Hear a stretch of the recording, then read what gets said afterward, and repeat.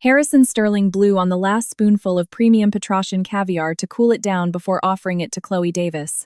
Chloe pouted, turning her face away. Harrison, I really can't eat anymore. The baby is full, too. Harrison reached out and gently rubbed her slightly swollen belly. His voice so tender he sounded like a completely different person. Be a good girl, Chloe. For our son, just one more bite. Just one. Only then did Chloe stick out her lower lip, swallow the spoonful of caviar, and lean comfortably against Harrison's chest. Harrison, you've been with me for 3 hours today. If you go back late, won't your wife be upset? Harrison's expression darkened. What right does she have to be upset? The house, the cars, the bank accounts are all provided by me. If she dares to say a single word of complaint, I'll make sure she doesn't even have a place to sleep. The corners of Chloe's mouth twitched up into a smirk, but she quickly suppressed it, replacing it with a pitiful look. Harrison, don't talk about your wife like that. It must be hard for her to stay home alone taking care of little Leo, Harrison sneered. I haven't even settled the score with her for raising a kid that might not even be mine. He checked his Rolex and stood up. Rest well, Chloe. I need to head back for a bit. I'll come see you tomorrow. Chloe nodded obediently and watched Harrison walk out the door. The moment the door clicked shut, the sweet, innocent act dropped completely. She pulled out her iPhone, opened a text thread with an unsaved number, and typed a quick message. He left. The person on the other end replied instantly.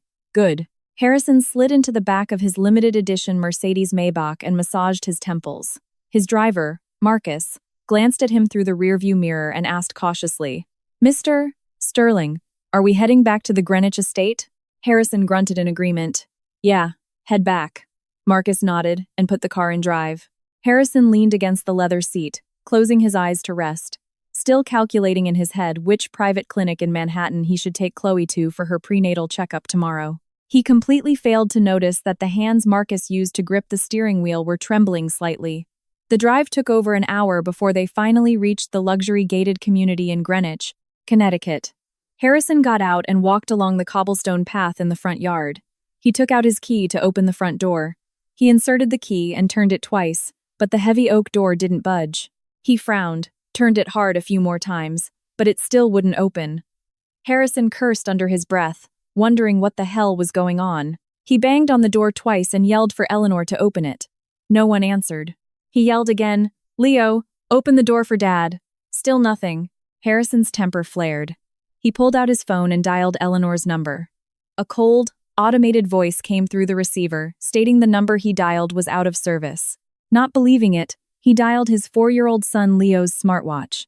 It was also powered off. His face flushed purple with rage. Just as he was about to smash his fist into the door, his neighbor, Mrs. Harrington, walked by holding a designer grocery tote. She looked at him with a very strange expression. Mr. Sterling, why are you still here? Mrs. Harrington asked. Harrison turned to look at her. What do you mean, why am I still here? This is my house. Mrs. Harrington looked stunned. Did your family not move out? A couple of days ago, I saw a real estate agent showing people around. They said the owner had listed the property for sale, and the price was an absolute steal. Harrison's mind reeled. What sale? Who sold it? Mrs. Harrington was startled by his aggressive expression. Your wife, of course. Eleanor. I saw her sign the brokerage agreement with my own eyes. The hand Harrison used to hold his phone began to shake. When did this happen? Mrs. Harrington thought for a moment. About 3 days ago. That day, she was holding your little boy and dragging 2 massive luxury suitcases. I was being nosy and asked her about it. She told me they were going on a cross-country vacation. Harrison stood frozen in place. He felt as if someone had dumped a bucket of ice water over his head. Noticing how pale he looked, Mrs. Harrington didn't say anything else and quickly walked away. Harrison stood in front of the door he could no longer open. The bright afternoon sun was beating down on him, but his entire body felt freezing cold. He dialed another number, calling his executive assistant, Thomas Carter. It rang 5 or 6 times before Thomas finally picked up. Harrison immediately barked, "Find out where Eleanor Sterling is right now." There was a silence lasting several seconds on Thomas's end.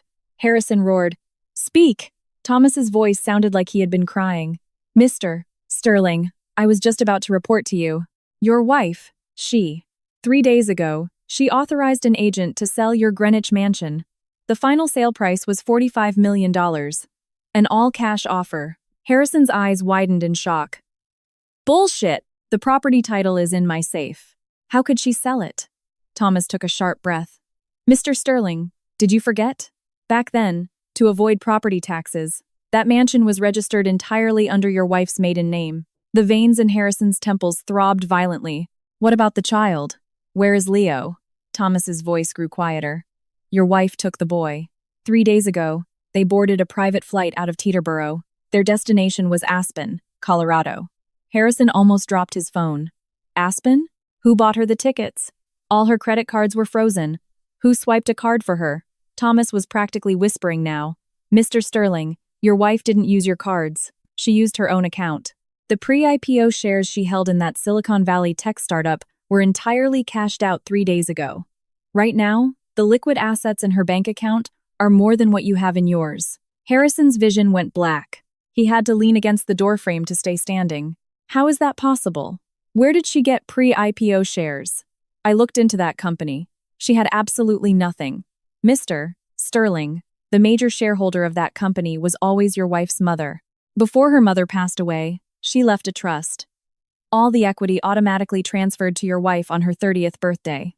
3 days ago was exactly your wife's 30th birthday. Harrison felt as if the bones had been ripped from his body. He slid down the doorframe and collapsed onto the porch. He remembered now. 3 days ago, he was accompanying Chloe for her 4D ultrasound. His phone had rung 7 or 8 times, all calls from Eleanor. He found it annoying and simply turned his phone off. So, that was what she was doing at that exact moment. Harrison opened his mouth, his voice as raspy as sandpaper. What about my Amex Centurion card? Where is the black card with no spending limit? Thomas's voice was completely drained of energy. Your wife used your Centurion card at the Cartier boutique on 5th Avenue 3 days ago. She bought a custom diamond watch. She charged $5 million. When the bank called to verify the transaction, your phone was turned off.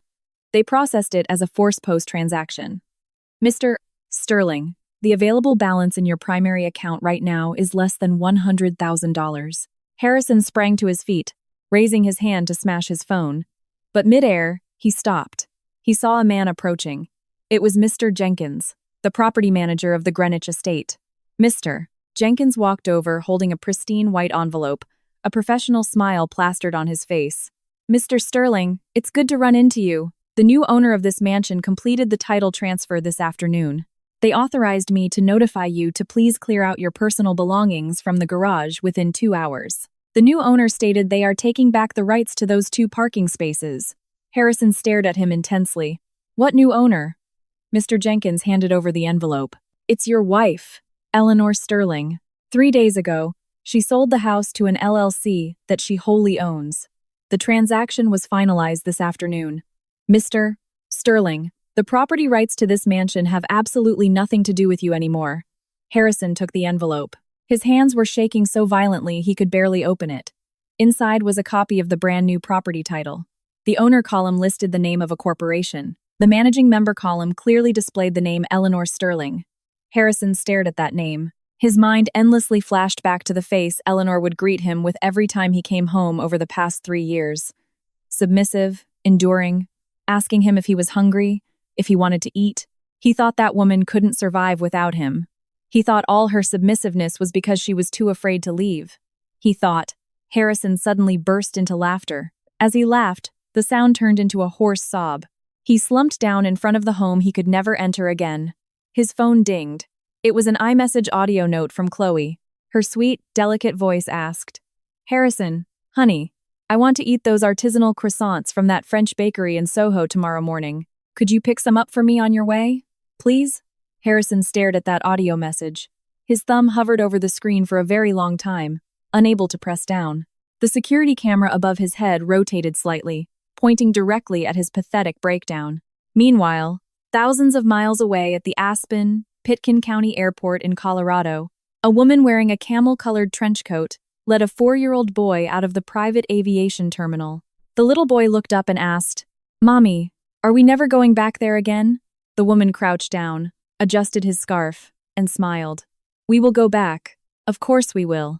Once Mommy finishes dealing with the business in New York, we'll go back on our own terms. She stood up, pulled out her phone, and looked at the notification on her screen showing the $45 million house payment and the $5 million watch transaction. A slow smile curled the corners of her mouth. Eleanor slipped the phone into her designer handbag, took Leo's hand, and strode confidently into the crisp autumn sunlight of Aspen. Over 2,000 miles away, Harrison was still collapsed in front of the mansion that no longer belonged to him. The sky above was gloomy and suffocating. Inside the envelope next to him, besides the property deed copy, there was a thin sheet of paper. The heading on that paper read, Divorce Settlement Agreement. At the bottom, Eleanor's signature was clean and sharp, the strokes carrying a sense of fierce satisfaction. The date on the document was 3 days ago, the exact afternoon he had turned off his phone to accompany Chloe for her ultrasound. Harrison clenched that agreement in his hand, the sharp edges of the paper digging painfully into his palm. He finally understood one thing. That woman had never been waiting for him to come home for dinner. What she was waiting for was the moment he completely let his guard down. Chapter 2. 3 Years of Ice. Harrison sat on the ground for 2 full hours. Mr. Jenkins, the property manager, came over to rush him twice, stating that the new owner's cleaning crew was about to enter for a deep clean and asking him to leave immediately. When Harrison stood up, his joints cracked loudly. His legs were so numb he could barely stand. He folded the divorce agreement, shoved it into his pocket, took one last look at the mansion he had lived in for 3 years, and turned toward the garage. His Maybach was still parked there. The new owner hadn't touched his car, but the red Porsche 911 that used to be parked next to it was gone. That was Eleanor's car. Harrison got into his own car. He sat in the driver's seat, staring blankly for a long time.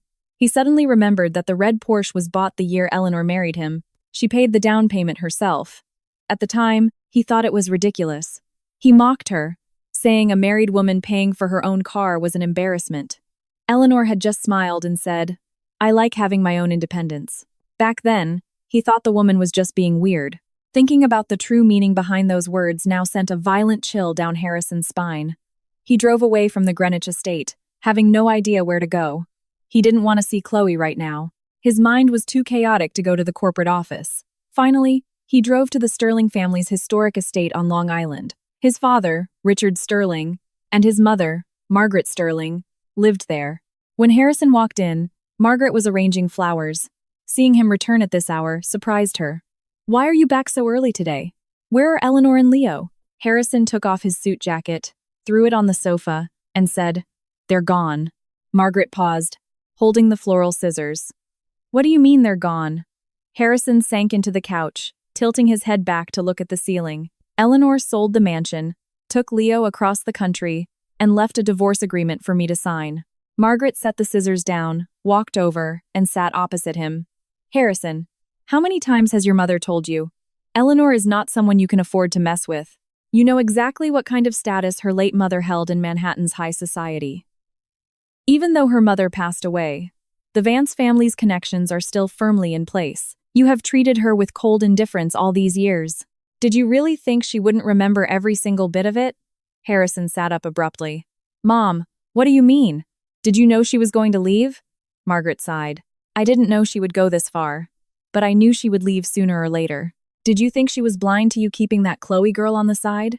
Did you think she didn't notice that you haven't slept in the same bed as her for 3 years? When she was pregnant with Leo, you never accompanied her to a single doctor's appointment. When she gave birth, you were in another state celebrating Chloe's birthday. She never said a word out loud, but she recorded every single grievance in her heart. Harrison's face turned completely pale. Of course he remembered those things. He just always thought they didn't matter. Eleanor had a mild temper and never raised her voice. He thought she could endure anything. He thought she would endure it for the rest of her life. Margaret looked at her son's expression and shook her head. Who are you putting on this miserable act for? Go upstairs and look in the drawers of your old home office. Everything she left for you before she left is in there. I saw them a few days ago when I went over to your place to help pack some old items. If you had bothered to read even one page, you wouldn't have had to wait until today to know what was going on in her head. Harrison stood up violently and sprinted up the stairs. His old office was the room at the end of the second-floor hallway. He pushed the door open. The desk and cabinets were spotlessly clean, all files and documents stacked in perfect order. He pulled open the third drawer on the left. Inside sat 3 leather-bound journals, perfectly aligned. Harrison picked up the top journal and opened it. The first page had a date from the 2nd month of their marriage. There was only one line. He didn't come home again tonight. I ate dinner alone. My stomach hurts a little. I don't know if it's from the injection I got at the clinic yesterday. The doctor said I need to stay in bed for 3 days. I didn't tell him. Even if I did, he wouldn't care. Harrison flipped forward a few pages. Page 3. Prenatal checkup today. The doctor asked where my family was. I said my husband was on a business trip. They drew 5 vials of blood from me alone. On the way back, I got motion sickness and threw up in the Uber. The driver charged me a $50 cleaning fee. I told him he reimbursed me for it. He didn't even ask why I needed a cleaning fee. Page 5. Leo learned how to say dad. I recorded a video and sent it to him.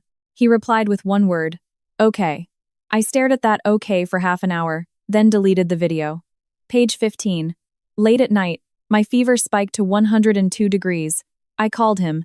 When he answered, I heard a woman laughing in the background. He said he was at a networking event and told me to call the family doctor. I hung up and took Tylenol by myself. When I woke up in the morning, the fever was gone, and so was my heart. Page 23. He found out I looked through his phone. He said, Eleanor, you better remember your place. I have never shortchanged you on the house, the cars, or the money. Don't push your luck. I didn't say anything. I just wondered what he meant by not shortchanging me. Did he mean the front seat of his car that no one is ever allowed to sit in? Or did he mean his slippers by the door that are never worn? Page 40. He came home drunk today. He hugged me and called out the name Chloe. I said, you have the wrong person. He raised his hand and slapped my face, saying, even you dare to talk back to me? The slap wasn't hard, but I couldn't sleep for the rest of the night. I took out that unlimited credit card he placed under my pillow. I didn't swipe it. I just looked at it for an entire night. Harrison flipped to the very last page. The handwriting was much messier than the rest, written in a hurry. Last page. Today is my son's 4th birthday. He called home. I thought he was calling to wish Leo a happy birthday. Instead, he said Chloe is pregnant and told me to be smart and move out on my own. I just said okay. He probably thought I was pretending to be calm. He didn't know that I have truly made up my mind. On my 30th birthday, I plan to take Leo and leave. I will take the houses, the cars, and the money myself. He won't need to kick me out. The date was 2 months ago. When Harrison closed the journal, his hands were shaking so hard he could barely hold it. He collapsed onto the hardwood floor of the office, his back pressed against the bookcase. The words from those journals flashed repeatedly through his mind, drawing 5 vials of blood alone, throwing up in the Uber, a 102-degree fever late at night, hugging her and calling out Chloe. That slap. He raised his hand and touched his own face. When he slapped her that night, he was so drunk he barely remembered it. But he remembered waking up the next morning and seeing that the side of Eleanor's face was slightly red. He had asked her what happened. She said she slept on it funny. And he had actually believed her. Harrison looked down at the journal in his hand. There was a small brown stain on the cover, looking exactly like a dried teardrop. He hugged the journal to his chest, resting his forehead on his knees, his shoulders shaking violently. Downstairs, Margaret heard a muffled thud from the 2nd floor, like a heavy object hitting the floorboards. She didn't go up. She picked up her phone and sent a message to Eleanor. I know about you leaving. Take care. 10 minutes later, the other side replied, Thank you, Mom. Please take care of yourself. Margaret stared at that word. Mom. For 3 years, Eleanor had always called her that, with absolute sincerity. She had watched her son commit all these sins over the years, knowing she couldn't stop him. The only thing she could do was quietly sneak all of Leo's childhood photos out of the albums and slip them into the hidden compartment of Eleanor's suitcase on the day she left. She didn't say a word at the time. Eleanor had hugged her and said thank you. Margaret still remembered the warmth of that hug. Upstairs, the sound of Harrison's intermittent sobbing drifted down. Margaret closed her eyes and placed her phone face down on the table. Serves him right. Those words popped into her mind. Then she sighed. He was her son, after all. But she couldn't bring herself to say a single word of comfort. In the office, Harrison stacked the 3 journals together. His fingers gripped the edges of the covers so tightly his knuckles turned white. His phone rang. It was another audio message from Chloe. She said, Harrison, honey, my stomach feels a little uncomfortable. Can you come over and keep me company? Harrison stared at the message. The audio played through the speaker, the sweet, delicate female voice echoing in the empty room. He suddenly remembered a line from the journal. A 102-degree fever late at night. I called him. I heard a woman laughing in the background. He recognized that laugh now. It was Chloe. Harrison slammed his phone screen down onto the floor. He didn't reply and didn't answer. He reopened the journal to the last page and looked closely. Below that hurried handwriting, there was another line of very small text. So small he had missed it earlier. That small line read, "Harrison, I waited 3 years for you to turn back. On the day you finally look back, I will throw these 3 diaries right in your face. And then I will tell you, Leo's last name isn't Sterling at all. Guess whose son he really is." Harrison's eyes widened dramatically. He frantically flipped back to the previous pages, rereading every single word. The prenatal checkup records. The dates she went alone.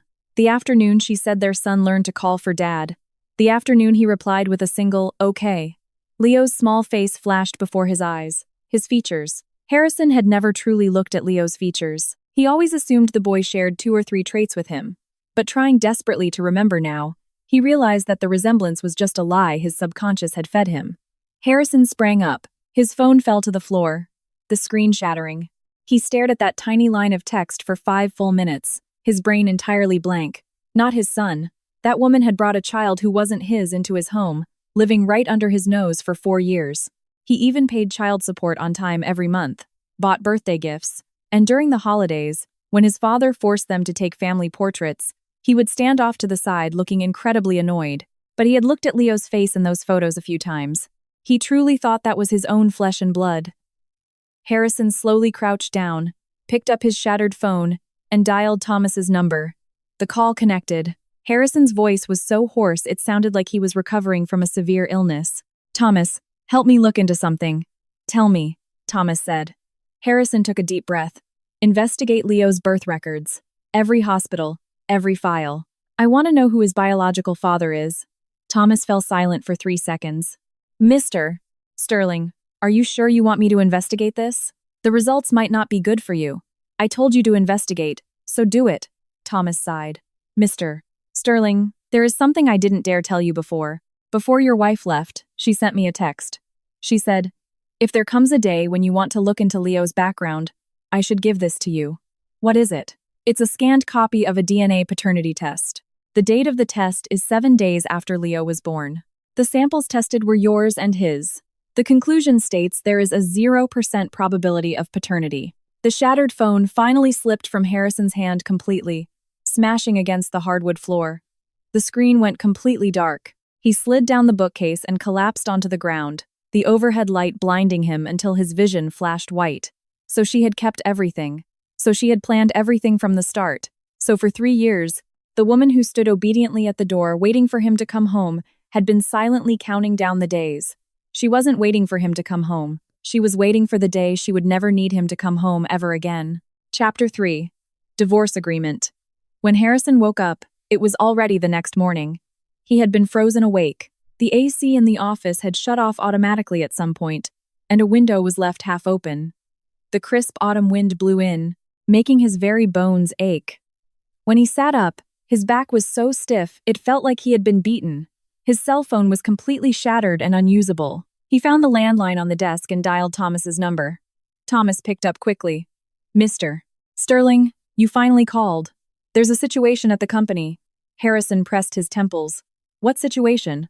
"The board of directors sent out an emergency notice. There's an urgent meeting at 9 a.m. today. All board members must attend. Including your wife." Harrison's hand paused. "Eleanor? She's in Colorado. How can she attend?" Thomas's voice carried a subtle shift. "She arranged a Zoom call. Mr. Sterling, the meeting starts in 40 minutes. Are you coming?" Harrison stood up, stretching his stiff legs. "I'm heading there now." He drove for 40 minutes and arrived at the Manhattan headquarters of Sterling Enterprises. When the receptionist saw him, her expression was strange, looking as if she wanted to say something but held back. Harrison ignored her and went straight to the elevator. As the doors closed, he caught a glimpse of the receptionist making a hushed phone call. He vaguely heard the words, "He's here." Harrison frowned. When he reached the top floor, the executive hallway was dead silent. The boardroom doors were closed. He pushed them open and walked in. 6 or 7 people were already seated, all of them senior board members of Sterling Enterprises. Usually, they were incredibly deferential to him. Today, not a single person greeted him when he walked in. Harrison walked to his usual seat and sat down. "What's the agenda for this meeting?" I didn't receive any prior notice. Board member Mitchell, who sat next to the head of the table, cleared his throat. Mr. Sterling, this meeting was called abruptly. We mainly have two things to inform you of. Speak. Mr. Mitchell glanced at the others, then pressed a button on his iPad. The massive projector screen at the front of the room lit up, and a Zoom window popped open. In the video, Eleanor was sitting in a bright, modern office. The background was a floor-to-ceiling glass window showing distant mountains and the snow-capped peaks of the Rockies. She was wearing a gray turtleneck sweater, her hair pinned up elegantly, and wearing light makeup. She looked incredibly radiant. Sitting next to her was a middle-aged man in gold-rimmed glasses, a stack of documents spread out in front of him. Harrison stared at Eleanor on the screen for 3 seconds, suddenly feeling like he was looking at a complete stranger. He had looked at that face for 3 years. But the light in the eyes of the woman on this screen was something he had never seen in their home. Eleanor smiled at the camera. I'm online. Good morning, board members. The directors enthusiastically greeted her back. Their eager attitudes made Harrison frown even deeper. Miss Eleanor, everyone is here. Let's begin, Mr. Mitchell said. Harrison snapped his head toward Mr. Mitchell. What did you just call her?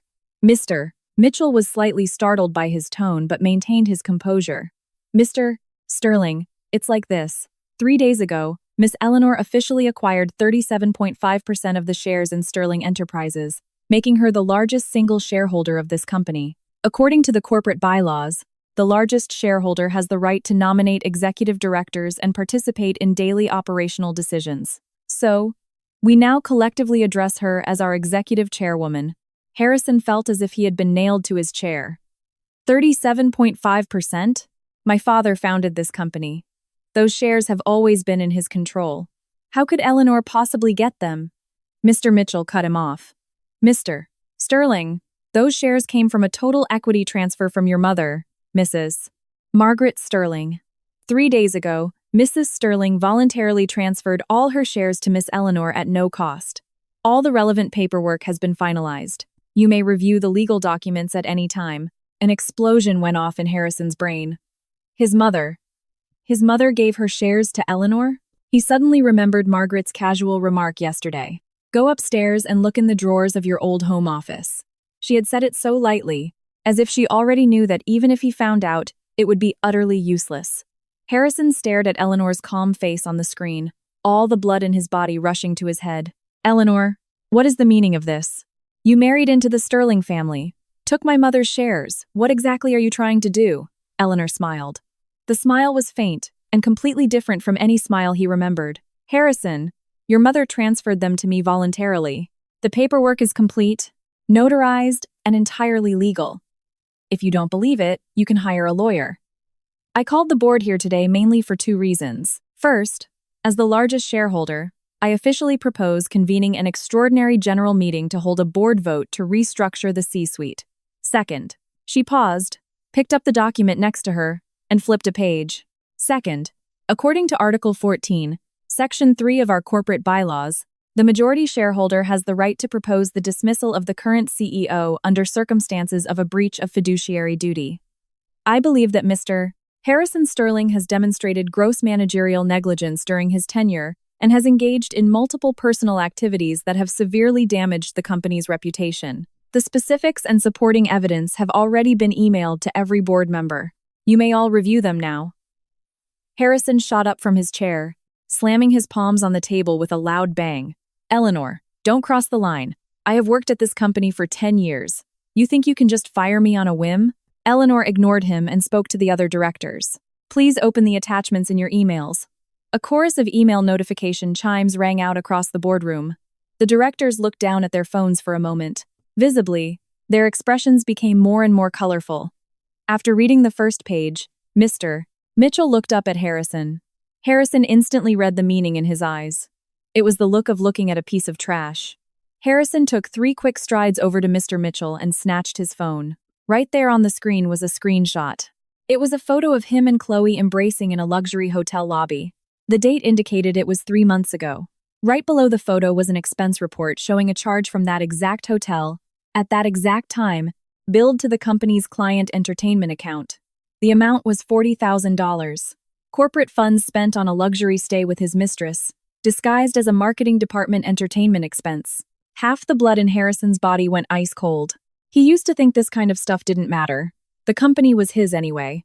He spent his own money and expensed his own accounts. Who could say anything? But he forgot that now, Eleanor was the one sitting in the controlling shareholder's seat. Eleanor's voice transmitted calmly through the speakers. I also prepared 3 surveillance video clips. In the interest of time, I won't play them during the meeting. Any director interested can view them privately afterward. I mainly want to highlight one issue. During his tenure, Mr. Harrison Sterling utilized corporate resources to fund extreme personal luxury expenses. Preliminary estimates put the total amount at over $3 million. According to company bylaws, he is required to repay this amount in full. Harrison turned his head, glaring death at Eleanor on the screen. You did all this just for this? Just to get revenge on me?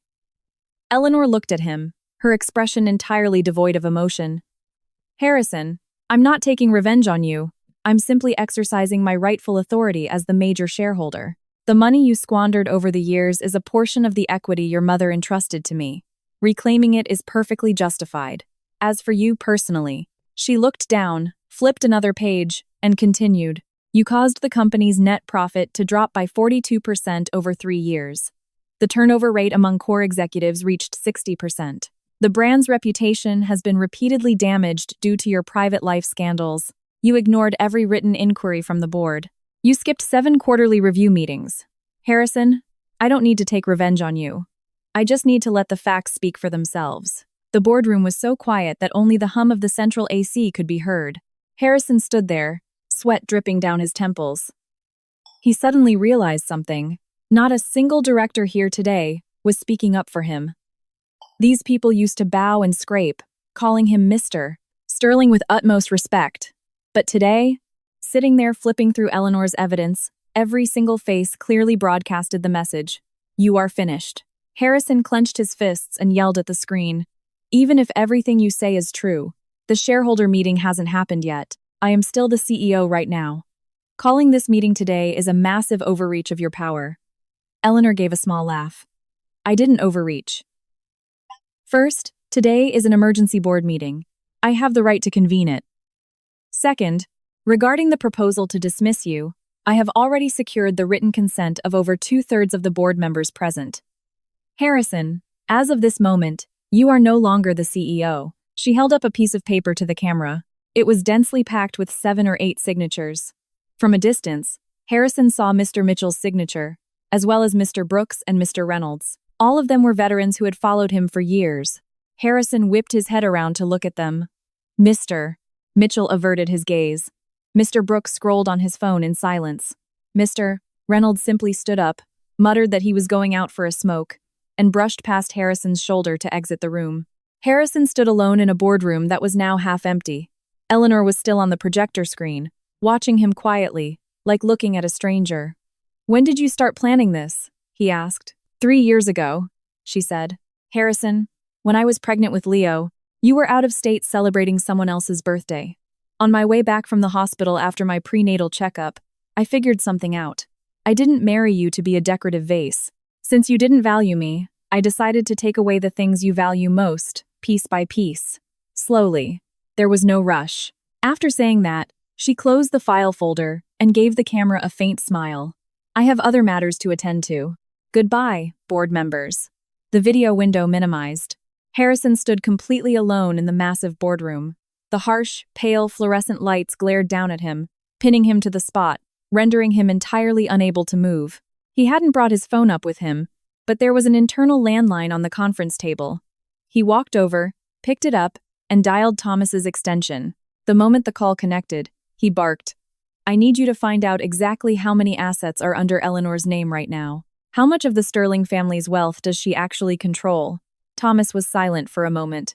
Mr. Sterling, there is actually one more thing I haven't told you. Speak. Before your wife left, she made a deal with me. She traded my 3 years' salary plus a penthouse in Brooklyn in exchange for my total cooperation over the past 3 months. Mr. Sterling, she has been preparing for 3 months. All the evidence, all the documents, the contact information for everyone involved, she acquired all of it in advance. Everything I told you yesterday was scripted. She ordered me to tell you. The paternity test, the mansion sale, everything. Harrison roared. Including what else? Including the fact that the primary line for the cell phone you're using right now was reported lost by her the day before yesterday. Mr. Sterling, the phone you are holding has absolutely no cellular signal anymore. The information I just sent you was sent to a backup number she provided.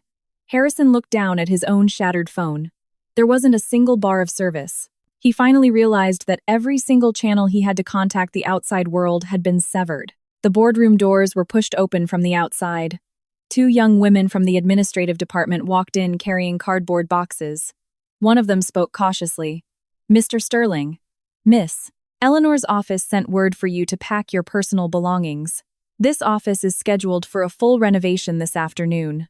Standing in the hollow boardroom, the landline next to Harrison suddenly rang. He picked it up. An unfamiliar male voice spoke from the other end. "I am looking for Mr. Harrison Sterling. This is the New York State Supreme Court, Family Division. A Miss Eleanor Sterling has filed an emergency injunction to freeze all financial accounts under your name pending a divorce and corporate fraud investigation. We have received the relevant legal mandates. This serves as your official notification." Harrison slammed the phone down. Chapter 4. Prelude to the Counterattack. Harrison was escorted out of the Sterling Enterprises building by two security guards. His personal belongings were shoved into a single cardboard box. Inside was just a fountain pen he had used for 3 years, 2 boxes of business cards, and a picture frame. The photo was of him, Richard, and Margaret, taken in the courtyard of the Long Island estate. In the picture, he was smiling casually. Margaret stood next to him, and Richard sat in front. Back then, the old man hadn't yet suffered a stroke and was full of energy. He had kept this photo on his desk for 3 years but had never truly looked at it. Now, the security guard shoved the box into his arms and said, "Mr. Sterling, all your things are here. Please leave the lobby immediately. We have clients coming in." Harrison stood at the entrance of the building holding the box. Employees bustled past him, walking quickly to avoid him. Not a single person stopped to ask how he was. The same people who used to bow and scrape when they saw him were now hugging the walls, treating him like a plague. He stood in the cold wind for over 10 minutes before remembering his Maybach was still in the underground parking garage, but his car keys had gone missing in the chaos upstairs. Harrison patted all his pockets. Nothing. He found a lobby landline to call Thomas's extension. The call went through, but a female voice answered. "Thomas Carter has officially started his annual leave today. If you need anything, you can leave a message. I am Harrison Sterling. Tell him to pick up the phone." The other side was silent for 2 seconds. "Mr. Sterling, Thomas specifically instructed that if you call, he is unavailable." The line went dead. Harrison gripped the receiver and stood there for a long time before slowly placing it back on the hook. He had no choice but to hail a yellow cab back to the Long Island estate. The taxi driver glanced at him through the rearview mirror several times, looking like he wanted to ask something but deciding against it. Harrison couldn't be bothered to care. He leaned against the window, his eyes closed, his mind as chaotic as a boiling pot of porridge. When he arrived at the estate, he walked through the door yelling, "Mom!" Margaret walked out of the kitchen, her hands still dusted with flour. Seeing his pathetic state, she didn't look surprised at all. She simply said, "You're back. Have you eaten?" Harrison slammed the cardboard box onto the coffee table. "Why did you give her the shares?" Margaret wiped her hands. "Your mother has lived for 63 years. I've seen through the things I need to see through. If Chloe's baby is actually yours, I'll eat my own words and hand over the keys to this estate." Harrison froze. "What do you mean?" Margaret sneered. "Do you think I'm a senile old fool like your father? The Sterling family has kept its legacy tight for 3 generations. When your grandfather passed, he held my hand and told me to protect the Sterling assets at all costs. I had someone investigate Chloe. Check if her pregnancy timeline actually lines up with your dates. Did you seriously believe she was pregnant with your child? 9 out of 10 words that come out of her mouth are lies." Harrison's brain was buzzing. "But what about the shares Eleanor has?" "I gave them to her voluntarily," Margaret said.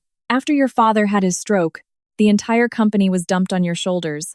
You know exactly what you did with it. You lost 40% of our profits in 3 years. If you keep thrashing around, the Sterling family's entire legacy will be wiped out. Eleanor has the skills and the brains. Giving the shares to her means she can hold the company together. If I left them with you, you would just use them to fill that woman's bottomless pit of expenses." Harrison shot to his feet. "Mom, she is my wife! You gave the Sterling family's assets to her. and she turned around and filed for divorce. The Sterling family has nothing left. Margaret stared at him for a few seconds, then suddenly let out a laugh. Harrison, even now you still call her your wife. 3 years ago, when you left her alone at the hospital for her checkup, why didn't you call her your wife? When you let Chloe sit in the front seat of your car, why didn't you call her your wife? Over the holidays, when you wouldn't even come home and made Eleanor bring Leo to the estate to keep me company, you couldn't even be bothered to make a phone call. Why didn't you call her your wife then? Harrison was choked to silence by her words.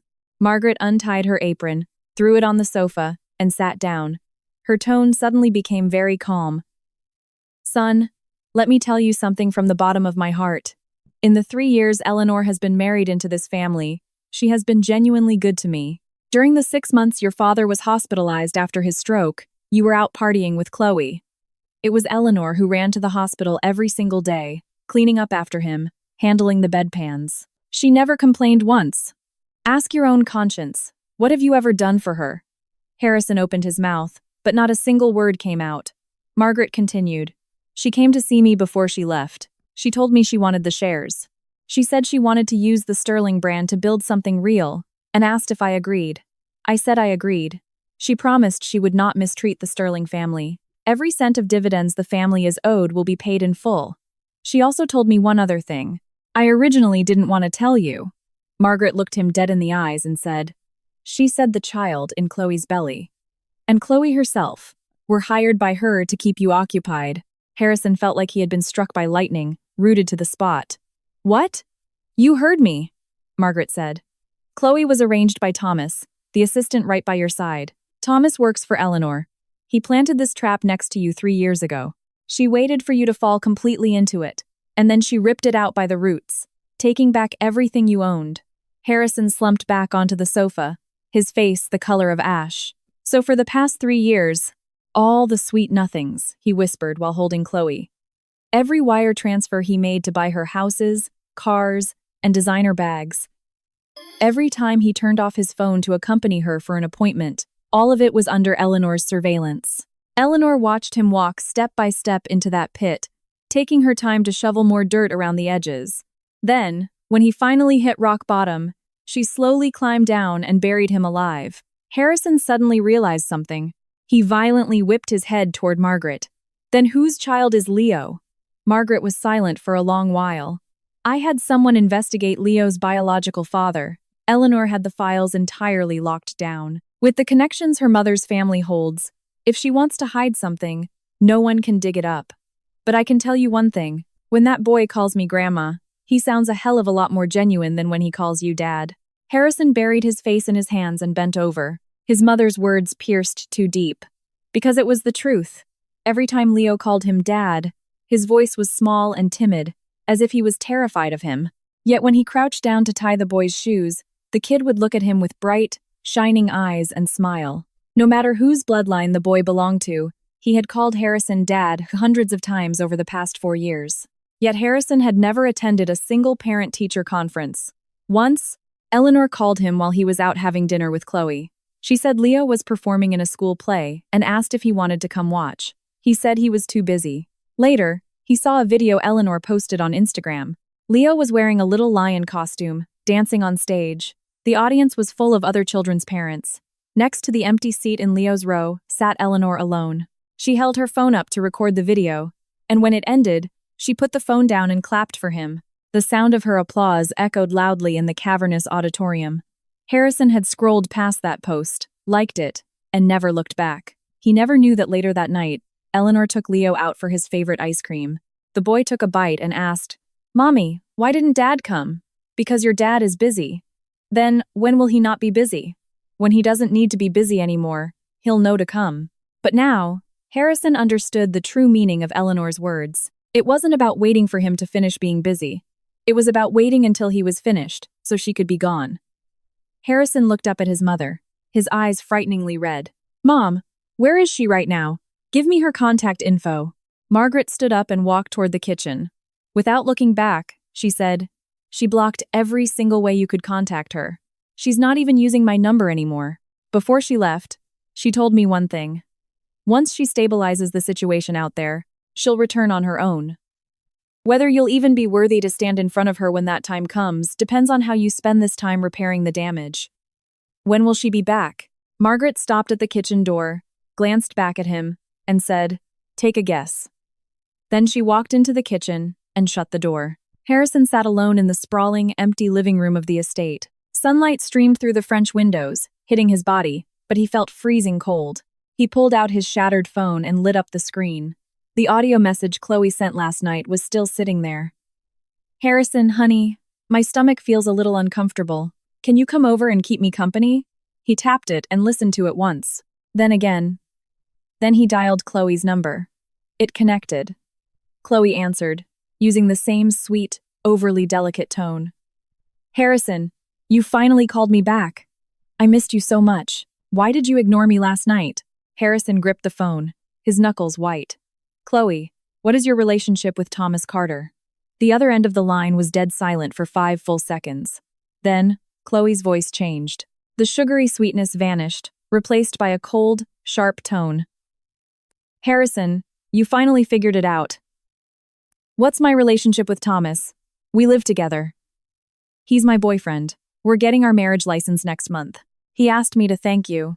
The year-end bonuses you wired him over the years were enough for us to put a down payment on a house." Harrison's vision went dark. Chloe continued, "Oh, right. One more thing. The baby in my belly has absolutely nothing to do with you. You never even touched me from the start. Over the past 3 years, every time you tried to sweet-talk me, I was sick of the smell of your cologne. Eleanor paid me to act out a script with you. I thought the money was good, so I took the gig." Harrison's voice shook uncontrollably. "You were lying to me from the very beginning." Chloe laughed brightly. "Obviously. Did you really think I liked a cold-blooded reptile like you? Let me tell you, Harrison. Eleanor prepared for this day for 3 years. From the very first night you stayed over at my place instead of going home, she was recording evidence. Every wire transfer, every hotel booking, every receipt for the gifts you bought me, she kept all of it. Get ready to trend on X." The call disconnected. When Harrison dialed back, the number was out of service.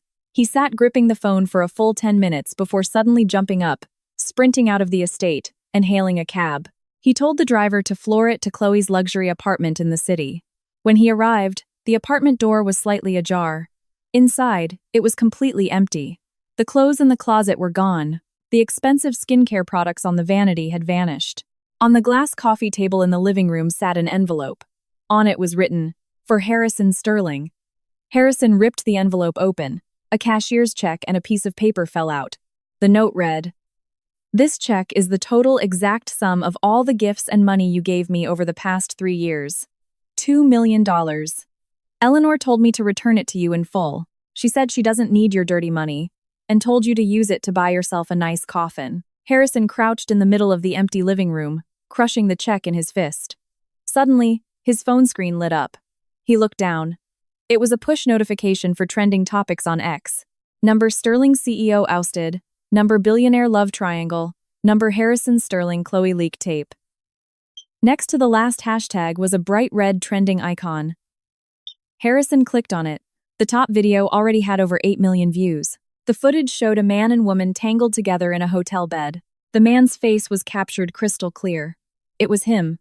The camera angle was brutal, aimed straight at the headboard, the quality so high you could see the fine lines around his eyes. The comment section below was scrolling at hyperspeed. Harrison only had time to read the top comments. "So this is what a billionaire CEO looks like? Handsome but absolute trash. Is that the mistress? The wife was pregnant and got kicked out of the company? Karma. Trash deserves to burn." Harrison hurled his phone at the ground, smashing it to pieces. He curled up, pulling his knees to his chest in the corner of Chloe's empty apartment. The crisp autumn wind howled through the cracks in the window, making him shiver violently. He was finished. He was completely finished.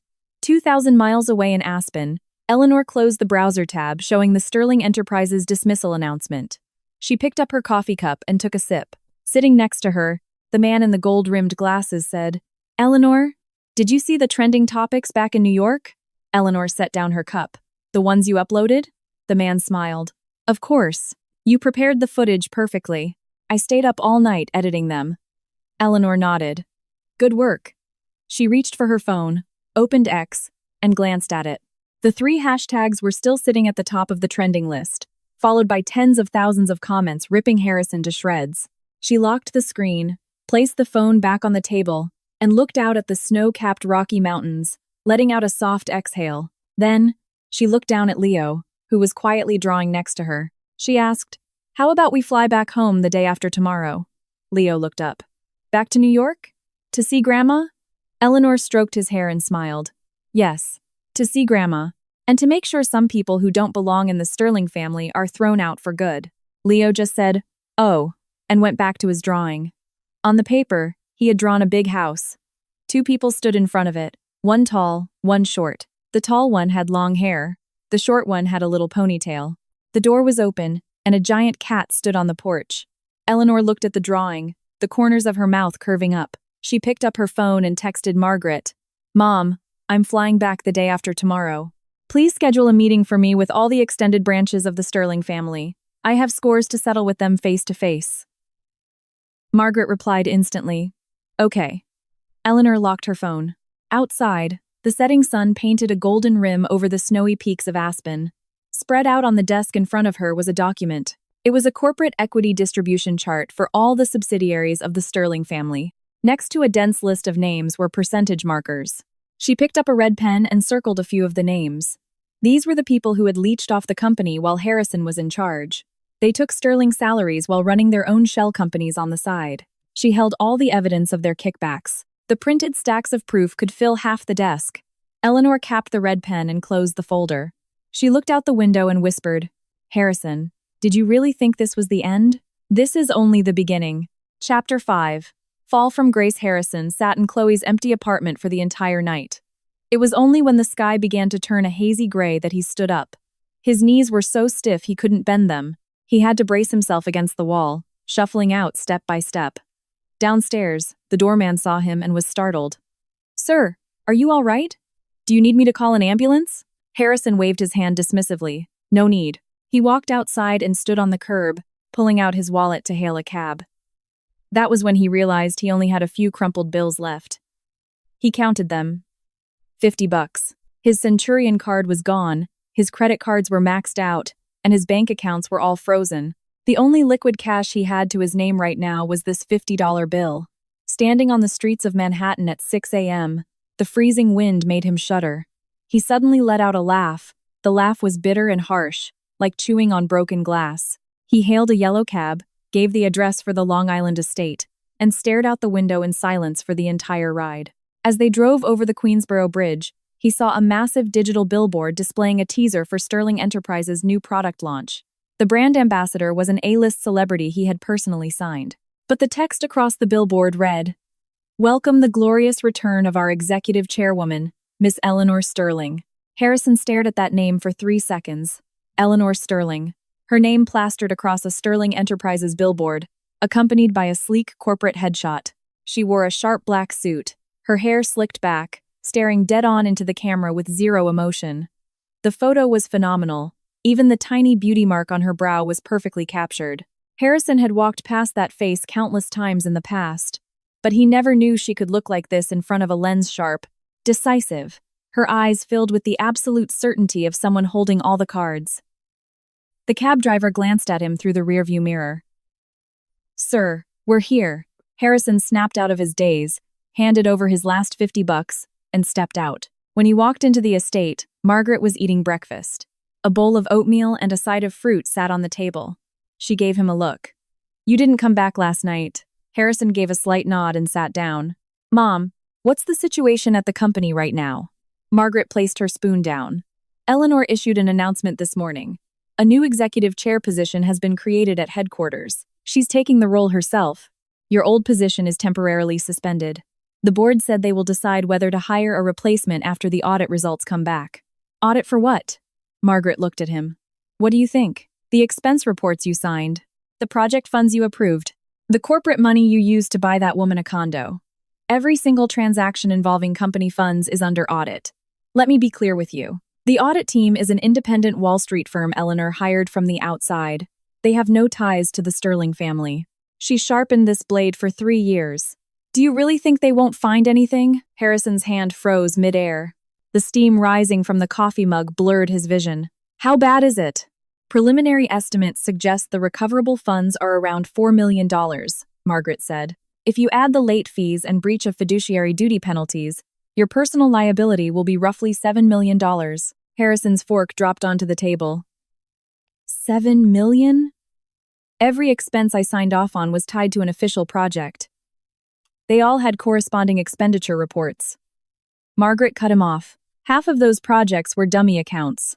The day after you signed the approval, the money was wired straight into Chloe's bank accounts. The audit team pulled the transaction logs. It's clear as day. Son, every single document you signed has your signature on it. You can't deny this debt. Harrison's face drained from pale to ash gray. He remembered the times he signed off on funds, never bothering to ask for details. Thomas would place a file on his desk and say, "Mr. Sterling, please sign here," and he would just take his Mont Blanc pen and scribble his name. He had never even read the project proposals.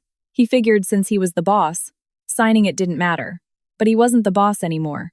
Every piece of paper he signed had now become the nail in his coffin. Harrison's new prepaid phone rang. He picked it up. It was an unknown number. He hesitated but answered. A cold, professional male voice spoke. "Are you Mr. Harrison Sterling? I am with the independent audit team investigating Sterling Enterprises. Per corporate policy, you are required to submit a personal asset declaration form within 7 business days to assist with your severance audit. Who are you? Who gave you permission to audit my accounts?" The voice remained entirely flat. Under Section 146 of Corporate Law and Article 37 of Sterling Enterprises Internal Regulations, the majority shareholder has the right to initiate a comprehensive audit of all historical operational data, including your total expenditure history during your tenure. Please cooperate. Otherwise, we will initiate formal legal proceedings against you. The call ended. Harrison slammed the phone onto the table. He misjudged his strength, and the phone slid off, crashing onto the floor. The screen cracked. Margaret watched him. Don't take your anger out on your phone. If you want to be mad at Chloe. You chose to spend that money on her. No one forced you. Harrison hunched over in his chair, remaining silent for a long time. Finally, he looked up. "Mom, I want to see Eleanor." "She flies back the day after tomorrow," Margaret said. "You can contact her yourself. But don't expect her to go soft on you. She planned this for 3 years. Do you really think begging will make her stop? Do you think she's one of those sugar babies you used to keep?" Harrison didn't reply. He stood up and headed for the door. Margaret called out behind him, "Where are you going? Find a lawyer." He took an Uber to a law firm in Midtown. The senior partner there, Attorney Bennett, was an old college buddy. They used to grab drinks together. When Harrison walked in, the young receptionist recognized him. Her expression was awkward. "Mr. Bennett is in a meeting. Please wait." Harrison waited in the conference room for almost an hour before Bennett pushed the door open. When Bennett sat down, he wore a highly professional, practiced smile. "Harrison, long time no see." Harrison cut straight to the chase. "I need you to represent me in a divorce case and a corporate equity dispute." Bennett's smile didn't waver, but he leaned forward slightly. "Harrison, I need to be upfront with you. Your wife, Miss Eleanor Sterling, already contacted our firm yesterday. She provided overwhelming evidence proving you committed gross misconduct during the marriage, including but not limited to marital infidelity, hiding marital assets, and inflicting emotional abuse on family members. She is suing for extreme emotional distress and dissipation of marital assets, demanding that you leave the marriage with absolutely nothing." "I don't agree. That company belongs to the Sterling family. What right does she have to take it?" Bennett slid a manila folder across the table. "Take a look at this." Harrison opened it. Inside was the equity transfer agreement signed by Margaret. It carried a red notary stamp. Attached was a supplementary agreement clearly stating that Margaret voluntarily transferred all her shares in Sterling Enterprises to her daughter-in-law, Eleanor Sterling, as compensation for her dedication to the family over the past 3 years. The agreement was notarized, confirming Margaret was of sound mind and fully capable of executing the transfer on the day she signed it. Harrison read the paper 3 times over. It was legally bulletproof. He recognized his mother's handwriting. The signature was crisp and clear. It was impossible to forge. Bennett looked at his expression and sighed. "Harrison, for the sake of our old college days, I'll tell you the truth. The chain of evidence your wife has built is ironclad. From her hospital records 3 years ago to the security footage of every hotel room you booked with Chloe. She has everything. Hiring any lawyer is useless. You cannot win this case. I supported her financially for 3 years. Every cent she spent was mine. Bennett cut him off. Your wife's personal investments yielded massive returns over the past 3 years. She never spent a single dime of your money. The monthly allowance you wired her went straight into an isolated account. She still has the card. If you had bothered to check even once, you would know she never touched it. Harrison's mind exploded. That money. The $75,000 monthly allowance he sent Eleanor. Over 3 years, it totaled $2.7 million. He thought Eleanor had spent it, but she had never touched a cent. Bennett handed him a bank statement. It clearly listed every single transfer Harrison had made, and in the receiving accounts balance column, the number was 0. Harrison stared at the statement for a long time, his voice dry. Where is the money? Yesterday, she donated it all in your name, Bennett said, to a children's charity fund. All $2.7 million donated. She only told you after it was gone. Harrison crushed the bank statement in his hand, balling it into a tight fist. The sharp edge of the paper sliced his palm, drawing blood. He stood up and walked out. Bennett called out to him from behind. Harrison, one more thing. Your wife also retained us to handle the financial dispute between you and Chloe. The total amount you spent on her properties, cars, and gifts was $2 million. Yesterday, Chloe wired the exact amount back to your frozen account. You should check to see if it cleared. Harrison stood at the entrance of the law firm. The autumn wind swept past, messing up his hair. 3 days ago, he was the CEO of Sterling Enterprises, commanding thousands of employees, with an 8-figure bank account, living in a $45 million mansion. 3 days later, he had nothing. The $50 in his pocket was his entire net worth. Harrison flagged down a taxi and gave the driver Thomas's address. He needed to find Thomas and demand answers. How much money did Eleanor pay this man to act out a 3-year charade right beside him? The cab arrived at Thomas's apartment building in Brooklyn. Harrison took the elevator up and pounded on the door. It opened. Thomas stood there in sweatpants. Sitting on the sofa behind him was Chloe. On the coffee table were 2 iced coffees and a stack of wedding invitations. Seeing him, Chloe let out a bright, mocking laugh. Oh, look who's here, the CEO. Did you come to RSVP to our wedding? Harrison glared at Thomas. What's your relationship with her? Thomas stepped aside. Mr. Sterling, come in and sit. Chloe and I have known each other for 5 years. I helped her get into the acting industry. 3 years ago, when you said you wanted someone to keep you company, I recommended her. Chloe's only condition was that she would act the part, but nothing physical. Think about it. Every time you tried to get close, didn't she always use the excuse of feeling sick or being pregnant to avoid you? Harrison's face went pale inch by inch. Those nights he held Chloe, whenever he tried anything, she would turn over and say, "The baby kicked," or, "My stomach hurts." He thought it was just normal pregnancy symptoms. He never once suspected a thing. Looking at his expression, Thomas chuckled. Mr. Sterling, you are far too easy to fool. Your wife figured out your personality 3 years ago. You're arrogant. You believe whatever people tell you. You never verify anything. That was exactly what she wanted. She wanted you to live in the delusion you built for yourself, sinking deeper and deeper. Harrison lunged forward, grabbing Thomas by the collar and slamming him against the wall. Thomas didn't fight back. He just smiled. Go ahead, hit me, Mr. Sterling. The second you do, I'll call the cops. With your current status, assault gets you at least a week in jail. Do you really want to go? Harrison's fist hovered in the air, trembling violently. Chloe stood up from the couch, walked over, and linked her arm through Thomas's. Wake up, Harrison. Eleanor told me your biggest flaw is that you never think you're wrong. When you lose the house, you blame her for being cruel. When you lose the money, you blame her for being ruthless. But what about you? If you had come home for dinner even once, or looked at Leo just one time, you wouldn't be standing here right now. Harrison released Thomas's collar and took a step back. He slid down the hallway wall, burying his head in his knees, his shoulders shaking in ragged spasms. Thomas looked down at him and sighed. Mr. Sterling, Eleanor asked me to pass along a message. Harrison didn't look up. Thomas said. She said, you spent 3 years outside coddling Chloe. She spent 4 years at home waiting for Leo to grow up. Now, she is done waiting. It's time for you to taste what it feels like to be left out in the cold. Thomas shut the door. Harrison sat alone outside that closed door. The motion sensor lights in the hallway flickered off, then on, then off again. He pulled out his phone and checked it. The screen was shattered, but he could still read the push notifications. It was all news, all his name.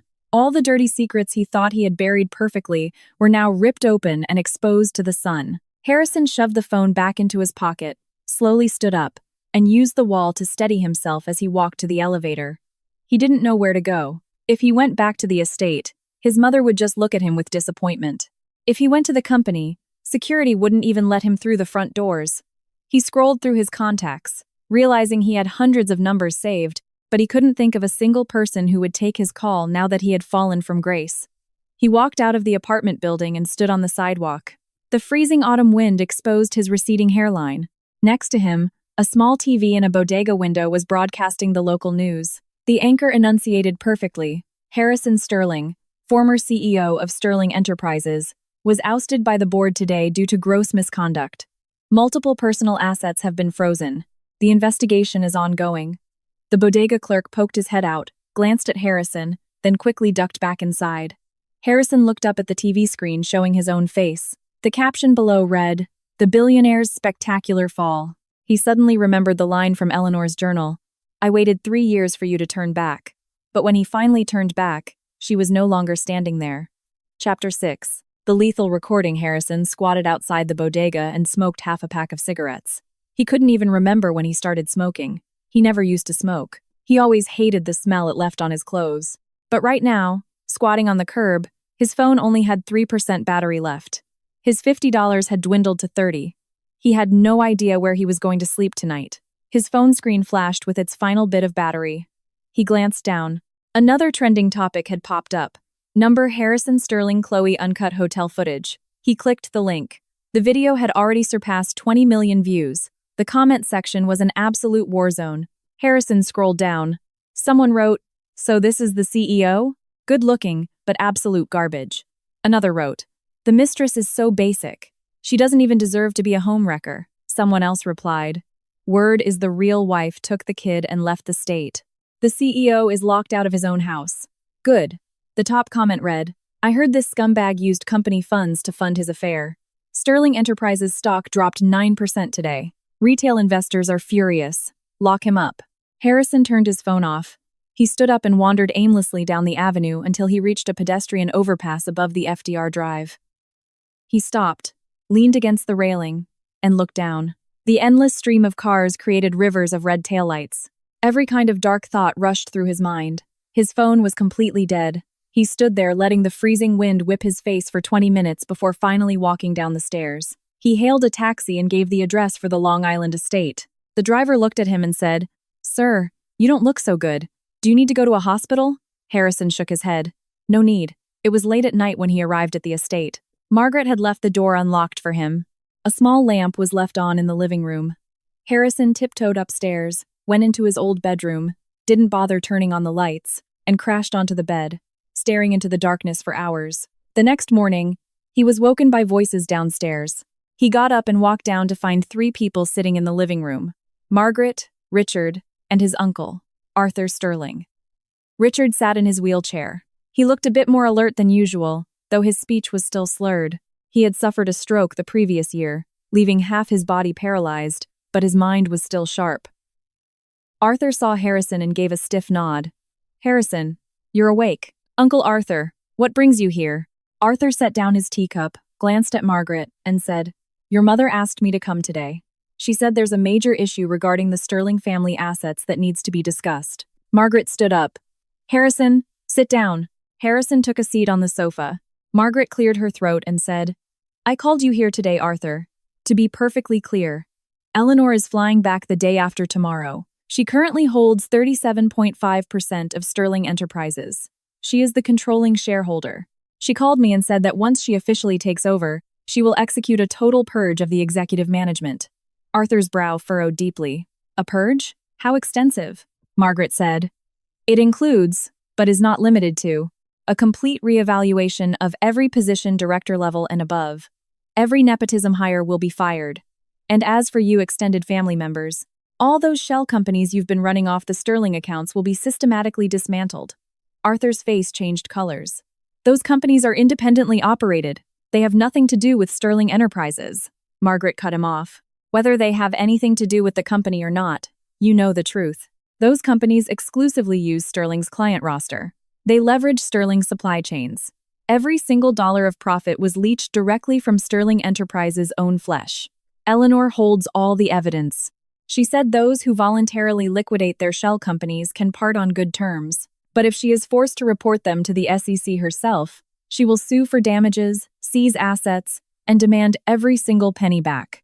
Arthur slammed his hand on the coffee table and stood up. She's an outsider. What right does she have to touch the Sterling family businesses?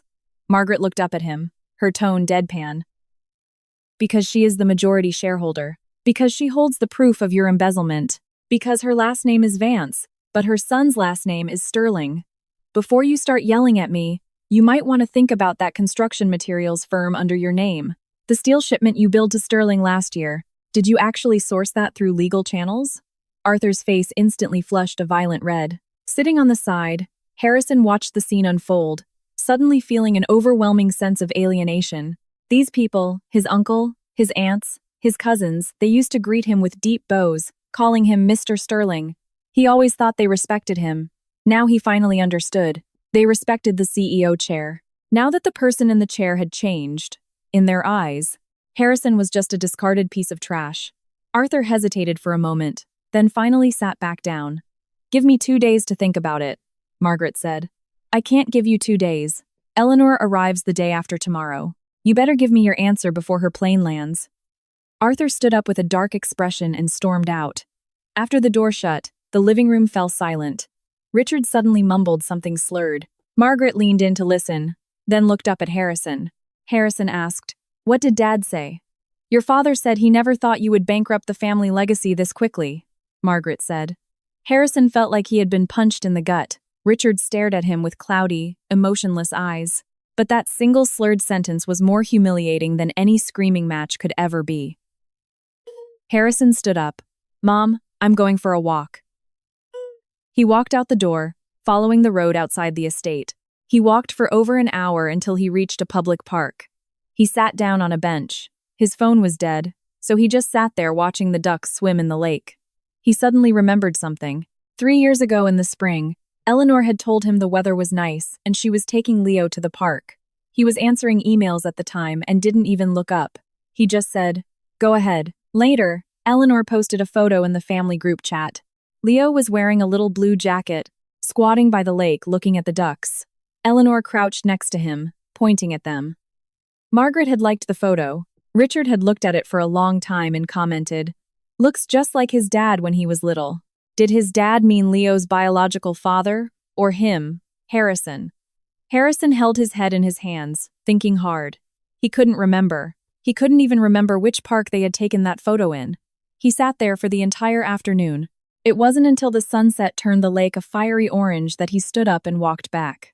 As he approached the estate gates, he saw a black Mercedes parked in the driveway. A man wearing a gray overcoat stepped out. He wore gold-rimmed glasses and carried a briefcase. Seeing Harrison, the man gave a polite nod.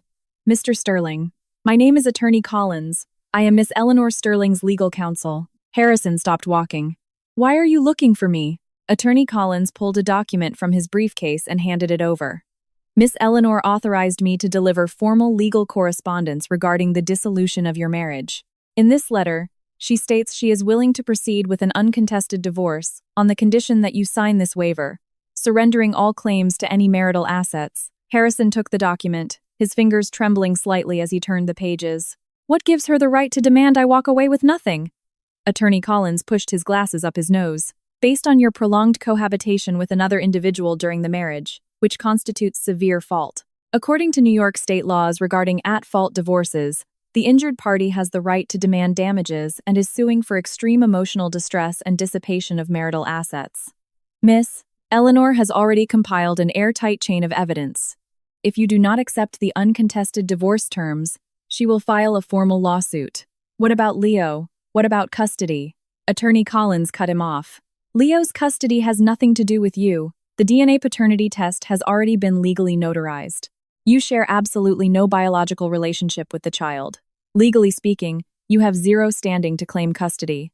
The document slipped from Harrison's hands, fluttering to the ground. Attorney Collins bent down, picked it up, and handed it back, his tone still perfectly even. Mr. Sterling, Miss Eleanor asked me to relay a message. She gave you 3 years. You didn't value them. Please consider this agreement carefully. She returns the day after tomorrow, and she expects your signature by then. Collins turned, got into his car, and drove away. Harrison stood in the courtyard. The autumn wind rustled the thick packet of papers in his hand. He looked down at the dense legal clauses.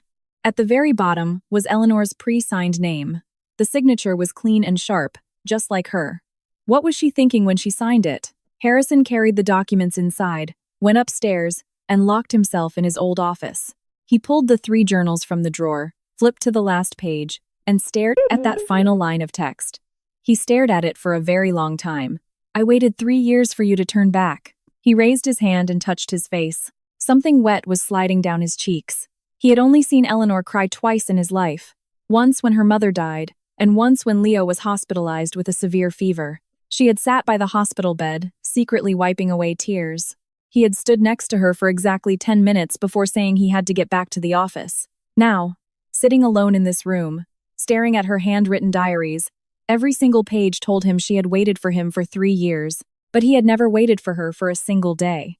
Harrison buried his face in the leather cover of the journal. His tears soaked the material. His phone was still dead. He desperately wanted to send her a message, even just one word, but he no longer had any way to reach her. His mother was right. He deserved every bit of this. Chapter 7. The Paternity Truth. The next morning, when Harrison woke up, his phone was charging. He unplugged it and turned it on. A dozen missed calls and hundreds of text messages flooded the screen. He ignored them all, swiping them away until he saw a text from Margaret. Eleanor changed her flight. She arrives today at 3 p.m. Harrison checked the time. 11 a.m. He threw off the covers, washed his face, changed into a clean shirt, and headed out. Parked in the driveway was his Maybach. Margaret had sent someone to retrieve it from the Greenwich mansion yesterday. He got in, started the engine, and put JFK Airport into the GPS. The highway was clear, but traffic hit hard right near the terminals. He leaned against the steering wheel, his fingers tapping anxiously. He spent the entire drive trying to figure out what he was going to say to her. He couldn't think of a single thing. When he finally parked and sprinted into the arrivals hall, the monitors showed that the flight from Aspen had landed 20 minutes ago. Harrison frantically scanned the crowd, pushing past tall travelers blocking his view. Finally, he spotted her. Eleanor was wearing a cream-colored trench coat, her hair flowing over her shoulders. She was holding the hand of a little boy in a blue puffer jacket. Standing right next to her was a tall, lean man in a dark gray suit, pulling a child's rolling luggage. When Harrison recognized the man's face, his blood boiled. He knew that man. Julian Hayes, an older classmate of Eleanor's from college, the heir to the Hayes family fortune. The first year Harrison and Eleanor were married, Julian had attended an event, handed Harrison a glass of champagne, said, "I hope you two are happy," and walked away. Harrison thought they had lost contact. But now, Julian was standing right beside her, his hand resting casually on Leo's shoulder. The 3 of them were laughing and talking like a perfect family. Harrison shoved his way through the crowd and stormed over. When Eleanor saw him, her expression didn't change. She didn't even slow her pace. She just kept walking, holding Leo's hand. Harrison blocked her path. "Eleanor, what is the meaning of this?" Eleanor stopped and looked at him, her tone completely flat. "What do you mean?" Harrison pointed at Julian. "Who is he? Why is he with you?" Eleanor looked down at Leo, gently nudging him toward Julian. "Julian, take Leo over there to get some ice cream." Julian nodded, took Leo's hand, and walked away. Before leaving, he shot Harrison a glance. The look was calm, but Harrison could clearly read the message in his eyes. "You have no right to question her." Only after they were out of earshot did Eleanor turn her attention back to Harrison. "If you have something to say it here. I don't have much time. You took my company, sold my house, seized my shares. What more do you want?" Eleanor laughed. The laugh was identical to the one he saw on the Zoom call, calm, cold, utterly devoid of warmth. "Harrison, are you still blaming me for taking your things? Tell me, which of those things did you actually earn yourself? Sterling Enterprises was built by your father. Since you graduated college and took over, what actual work have you done? Which major contract did you personally negotiate? You sat in that CEO chair signing your name for 3 years, and the company's net profits plummeted by 40%. Who do you think you are? Harrison was choked by her words. Eleanor continued. I sold the house under my own name. You seem to forget it was legally mine. The shares were voluntarily transferred by your mother. It had absolutely nothing to do with me manipulating her. As for that $2.7 million in allowance you sent me, I didn't touch a dime. I donated it all. And the money you blew on Chloe? She wired every cent back to you. Every single dollar I am holding right now has absolutely zero connection to you. What right do you have to stand here and interrogate me? Harrison clenched his fists. What about Leo? Did you ask me before you took him? I raised him for 4 years. You just take him away without a word? Eleanor cut him off. Leo has nothing to do with you. You saw the paternity test, didn't you? He's not your son. You don't share a single drop of blood with him. You raised him for 4 years? Put your hand over your heart and ask yourself, how many meals did you feed him? How many times did you bathe him? Have you ever read him a single bedtime story? Harrison's face flushed a deep, embarrassed red. Seeing his expression, Eleanor's tone softened just a fraction. Harrison, I know you are hurting right now, but look back at your actions. When you were holding Chloe in your arms, did you ever stop to think if I was hurting? When you were taking her out to fancy dinners every weekend, did you ever think about the hundreds of dinners I ate alone at that dining table? You stand here and claim you raised him for 4 years. What exactly did you raise him with? Harrison's lips trembled, his voice barely a whisper. Then tell me, who is Leo's real father? Eleanor was silent for 2 seconds. It's none of your business. Tell me. Eleanor looked him dead in the eye. Fine, I will tell you. Leo is my child with my ex-husband. Harrison's brain short-circuited. Ex-husband? You were married before me? To who? I wasn't married before you. I am referring to the night you spent at a hotel with Chloe. I had a 102-degree fever and went to the ER alone. While I was on an IV drip at midnight, I signed the consent forms for IVF. Leo has no father. His biological father is an anonymous donor from a sperm bank. I carried him, gave birth to him, and raised him. It has absolutely nothing to do with you. Harrison stood paralyzed. IVF, sperm bank. He chewed on those words repeatedly until it finally clicked. No wonder Eleanor never let him go to the prenatal checkups. From the very beginning, she never intended for Leo to have any connection to him. He thought the pregnancy was an accident, but it was a choice she made. Just 2 months into their marriage, she had decided that her child's father didn't need to be a living, present man. Why didn't you tell me? Eleanor fired back. If I told you, what would you have thought? Would you have accepted him as your child? At that time, your head was entirely filled with Chloe. You didn't even care when my fever spiked to 102. If I told you I did IVF, how would you have looked at me? Harrison couldn't say a single word, because she was right. At that point in his life, he never would have accepted it. He would have thought she was insane, demanded she abort the pregnancy, and said unforgivable things. Eleanor looked at his face and gently shook her head. Whatever happened between us has nothing to do with Leo. He's 4 years old. He needs to grow up in a normal family environment. You know exactly what kind of father you were. You couldn't even remember the exact date of his birthday. Harrison opened his mouth to argue, but searching his memory, he realized it was true. He only remembered that a few days before Leo's birthday, Eleanor would remind him, saying, Leo's birthday is coming up. Are you going to buy a gift? And he would just pull out his phone, tell Thomas to buy something expensive, and consider his duty done. He had never personally picked out a single gift for the boy. Seeing his silence, Eleanor turned to leave. Harrison reached out and grabbed her wrist. Wait, Eleanor stopped, looked down at his hand, gripping her wrist, and then looked back up at him. Let go. He didn't. Give me a chance to fix this. Eleanor finally showed a shift in expression, as if she had just heard the most ridiculous joke in the world. You want to fix this? How do you plan to do that? Go back and break up with Chloe? You should have done that 3 years ago. You want to take the company back? The company is mine now. You want to start over and woo me? Harrison, you don't even know who I am, what I like to eat, or what I hate. How could you possibly woo me? I remember you love sweet things. Eleanor let out a sharp laugh. I hate sweet things. I always have. You're confusing me with Chloe. She is the one who likes sweets. Harrison's hand went rigid. She was right. He had confused her preferences with his mistress's. Eleanor reached down and peeled his fingers off her wrist. Her movements were gentle but carried an undeniable force. Harrison, you have 3 things completely wrong.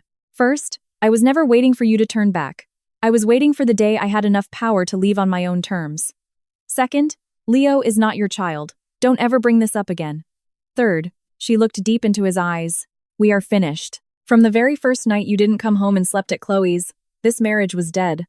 I just spent 3 years planning its funeral. Standing in the bustling arrivals hall of JFK, tears suddenly welled up in Harrison's eyes without warning. He was a man who never cried. Growing up, his mother used to say his tears were made of gold. But over the past few days, he had shed more tears than he had in the previous 30 years combined. Seeing him cry, Eleanor paused for a second, but quickly returned to her cold composure. What are you crying for? Are you crying because your $45 million mansion is gone? Or because your CEO title was taken away? Harrison shook his head. You cried for 3 years. I've only cried for 3 days. Eleanor froze. Harrison wiped his face roughly with his sleeve. His voice was raspy as sandpaper. Can you just give me one chance? Let me make up for those 3 years. Eleanor stared at his red-rimmed eyes. She remained silent for a long time. Then she said, Harrison, do you know what the hardest day of those 3 years was for me? Harrison shook his head. It was the day I gave birth. At 3 a.m., my water broke. I drove myself to the hospital. The nurses asked where my husband was. I said he was on his way. I waited in that delivery room for 5 hours. The contractions were so painful I almost passed out. But you never answered a single call. That day was Chloe's birthday. You were busy throwing her a party. When I finally delivered Leo, the nurse brought him to me. He was so tiny, his little face purple from crying. At that exact moment, I made a promise to myself. For the rest of my life, I would never let anyone treat me like that again. Harrison stood completely still. Tears streamed uncontrollably down his face. His lips trembled violently before he finally managed to choke out 2 words. I'm sorry. I waited for you for 3 years, but those words mean nothing to me now. She turned and walked toward Julian and Leo. Her steps were fast and steady. She crouched down, wiped a smudge of ice cream from Leo's face, stood up, said something to Julian, and the 3 of them walked toward the parking garage. Harrison stood, rooted to the spot, watching her back get further and further away. Leo turned around to look at him. Those big, bright eyes stared as he called out, Dad! Eleanor gently turned the boy's head forward. Don't look back, Leo. Leo said, okay, and obediently looked forward. Watching that tiny figure disappear through the sliding glass doors, Harrison's legs suddenly gave out. He collapsed to his knees right there on the terminal floor. People around him turned to stare. Some pulled out their phones to record. But he knelt there, unmoving. The hard marble floor bit into his knees, sending shooting pains up his legs.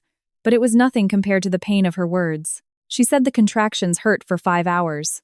She called him over and over, and he never picked up. He was at a VIP lounge cutting a cake for Chloe. She had laughed and smeared frosting on his face. He stood there, surrounded by balloons and streamers, holding a glass of champagne, laughing like he didn't have a care in the world.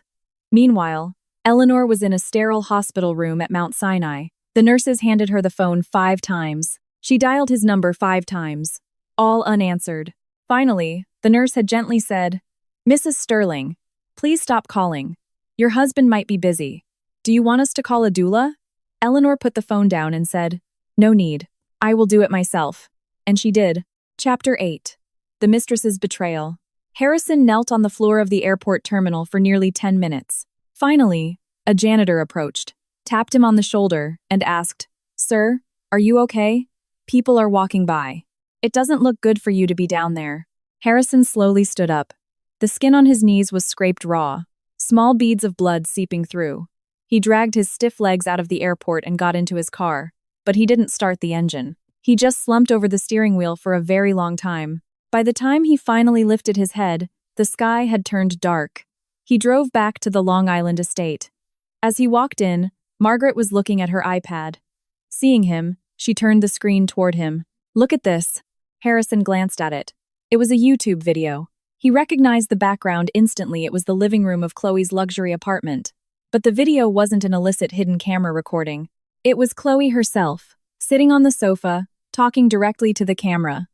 The video title read, Exclusive Confession from Harrison Sterling's Mistress. It was all an act. Harrison clicked play. Chloe wore light makeup and a beige cardigan. Her expression was deeply sincere, entirely different from her usual persona. She said, "Hi everyone, I am Chloe Davis. I recorded this video today because I want to clear up exactly what happened between me and Mr. Sterling." She took a deep breath. She said, "Mr. Sterling and I never actually had an improper relationship. 3 years ago, someone approached me and paid me to act out a role. The goal was to secure evidence of Mr. Sterling's infidelity for a divorce proceeding. I took the money. I admit what I did was wrong, but I have to speak the truth. Harrison Sterling never laid a finger on me.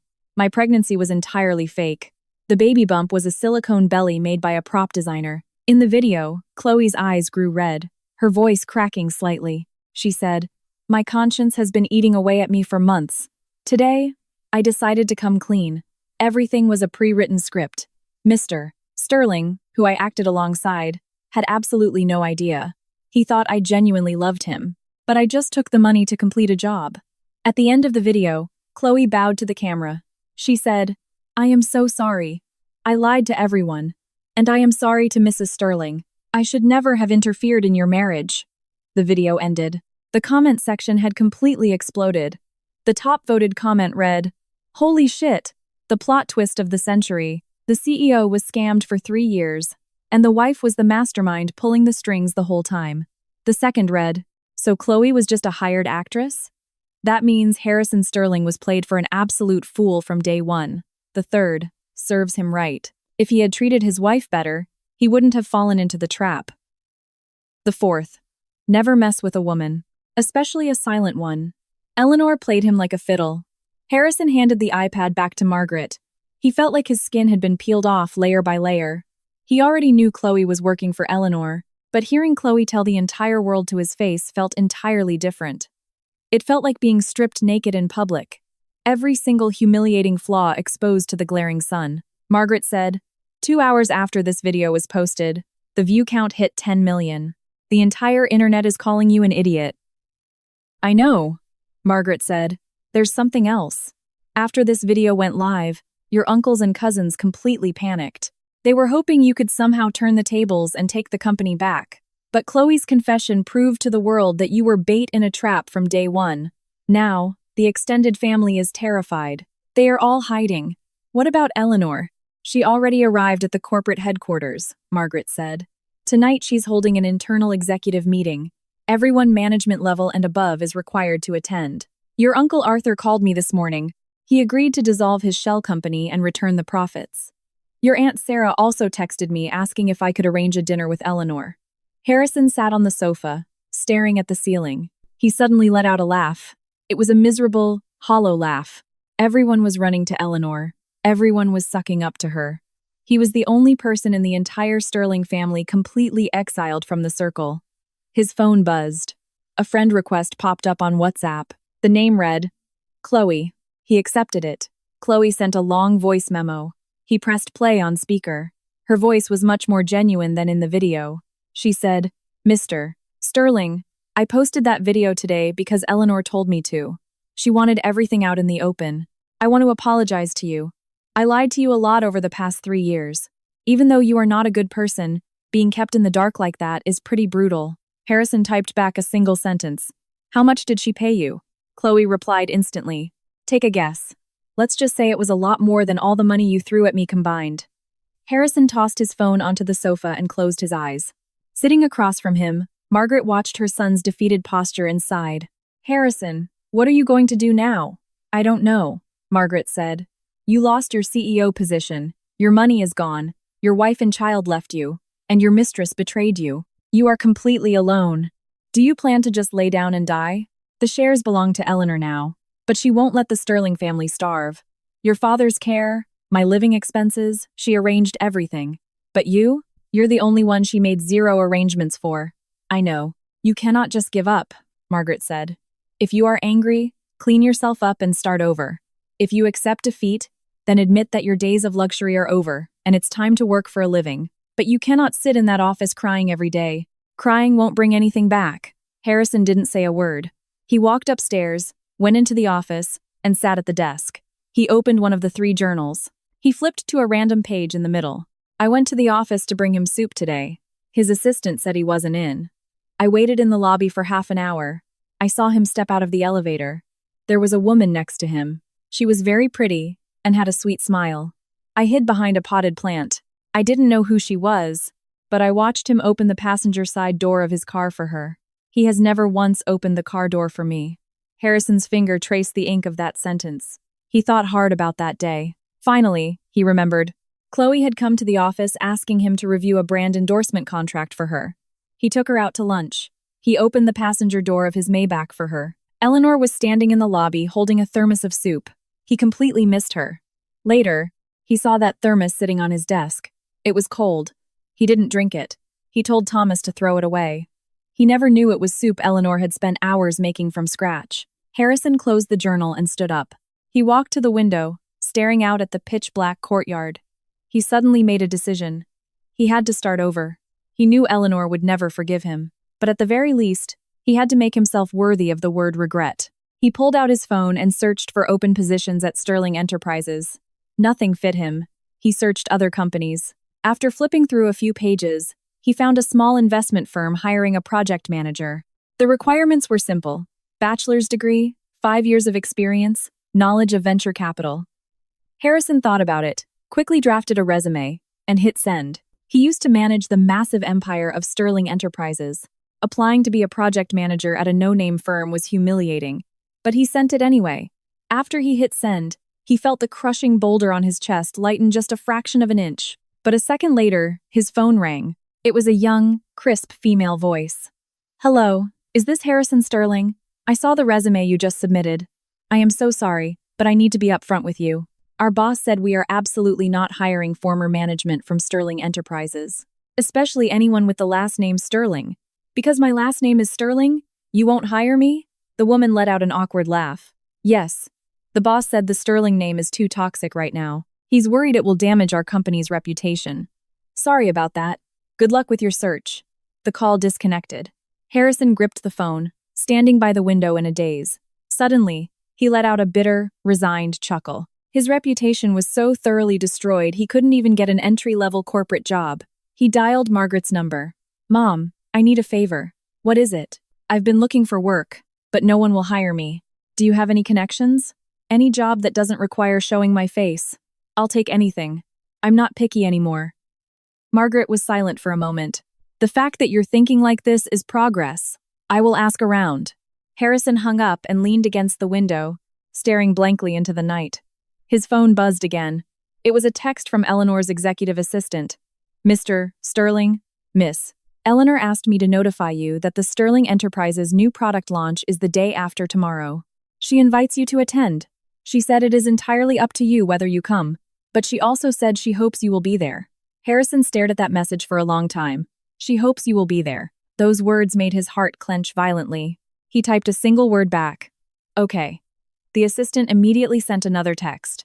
"Miss Eleanor also requested that you bring the signed divorce agreement with you. She wants to collect it in person." Harrison's hands went numb. So, that was what those words were leading to. The tiny sliver of hope that had flared in his chest was effortlessly crushed into dust. Yet, he still replied with one word. "Okay." The cold night air seeped through the window glass. Harrison sat down at the desk, pulled out the divorce agreement, and read through it one more time. The clause demanding he leave with absolutely nothing was printed in stark, undeniable text. He found a pen and hovered over the signature line for a long time. Finally, he signed. Eleanor Sterling's name was printed cleanly above the line. He wrote his own name below it. As the pen scratched against the paper, his hand was steady, but his chest ached so badly he almost doubled over. He placed the signed agreement into an envelope, sealed it, and lay back in bed, staring at the ceiling until dawn. Just as the sun began to rise, he drifted into a restless sleep. In his dreams, he was standing outside a delivery room holding a thermos of soup, but no matter how hard he pushed, the door would not open. Chapter 9. Desperate Strike. Harrison was woken up by his phone ringing. He grabbed it. The caller ID showed his Uncle Arthur. Harrison answered, and before he could even speak, Arthur began screaming at him. "Harrison, where the hell are you? Do you realize Eleanor is hosting a press conference this afternoon?" "I know. She invited me," Arthur yelled. "Are you insane? She tells you to go, So you go? She's going to drag your name through the mud in front of the entire city. Do you have any idea what she is announcing today? She is announcing a total corporate restructuring of Sterling Enterprises. She's going after your father's equity, too. Harrison sat up and rubbed his eyes. Uncle Arthur, those things have nothing to do with me anymore. Arthur screamed. How does it have nothing to do with you? You are the eldest son of the Sterling family. Sterling Enterprises belongs to us, not the Vance family. Are you just going to roll over and let this outsider woman step on our necks? Harrison leaned against the headboard, his voice perfectly calm. Uncle Arthur, did you liquidate your construction materials company? Arthur paused, caught off guard. No. Then go talk to her yourself. I am done caring, Arthur yelled. What kind of attitude is that? I helped you for years, and this is how you treat me? Harrison gave a dry laugh. Uncle Arthur, how exactly did you help me? Half the project funds you asked me to approve went straight into your own shell company. The auditors are ripping through those exact files right now. The financial hole you dug is big enough to bury you. I am currently staring down the barrel of a $7 million lawsuit from the company. And you think you helped me? Arthur was rendered speechless. The line was dead silent for a few seconds before Arthur slammed the phone down. Harrison tossed his phone aside, got out of bed, washed his face, and put on a clean, pressed dress shirt. He was going to that press conference. He knew Eleanor invited him so she could publicly collect the divorce papers and officially declare the end of their marriage. But he was still going. He owed it to her. As he walked downstairs, Margaret was standing by the steps. She looked him up and down. You look sharp. Good. You can't show up looking like a beggar and embarrass yourself. Margaret gave a small smile, part pride, part sorrow. Go on. No matter how it ends, your mother will always have a plate of food waiting for you at home. Harrison nodded and walked out. He drove his Maybach to the Sterling Enterprises headquarters in Manhattan. As he approached, he saw the red carpet rolled out. The sidewalks were packed with press. Camera flashes fired relentlessly, illuminating the entire plaza. He parked his car and walked toward the entrance. The security guards recognized him, hesitated for a moment, and eventually let him through. Inside the main hall, hundreds of people were seated. The front rows were packed with journalists. The middle rows held corporate partners. The back rows were filled with employees and management. Harrison found an empty seat in a dark corner in the very back. On the stage, the massive backdrop read, Sterling Enterprises Strategic Restructuring and Product Launch. At exactly 3 p.m., the house lights dimmed, then brightened. The host's voice echoed through the speakers. Please welcome the new executive chairwoman of Sterling Enterprises, Miss Eleanor Sterling. The room erupted in applause. Harrison clapped too, though his empty hands felt hollow. Eleanor walked onto the stage from the wings. She wore a sleek, tailored black dress. Her hair was pulled back tightly, highlighting her sharp jawline. She stepped up to the microphone and smiled. Thank you all for coming today. The room fell silent. Today's conference will cover 2 main topics, she said. First, the strategic pivot of Sterling Enterprises for the next 5 years. Second, a personal announcement I need to make. She spoke about corporate strategy for 15 minutes. Sitting in the corner, Harrison listened intently. He realized that when this woman spoke about business, her logic was flawless. She commanded the data effortlessly. The corporate partners in the front row nodded continuously in agreement. Harrison had never seen Eleanor lead a meeting before. In his mind, she had always been just an ordinary housewife who cooked and took care of the kid. But the Eleanor on stage and the Eleanor in his memory seemed like 2 entirely different human beings. After wrapping up the strategy portion, Eleanor paused. She reached beneath the podium and pulled out a white envelope. Harrison recognized it instantly. It was the divorce agreement he had signed. Eleanor held up the envelope. Taking this opportunity today, I would like to share a personal, yet significant, piece of news. My ex-husband, Mr. Harrison Sterling, and I have formally terminated our marriage. The legal proceedings were finalized this afternoon. I am grateful for the experiences of the past, and I wish him the best in finding the life that truly belongs to him. A murmur rippled through the crowd. People turned around in their seats, trying to spot Harrison in the audience. Harrison lowered his head slightly, but he didn't hide. He sat there, letting the stares burn into him. Eleanor placed the envelope down.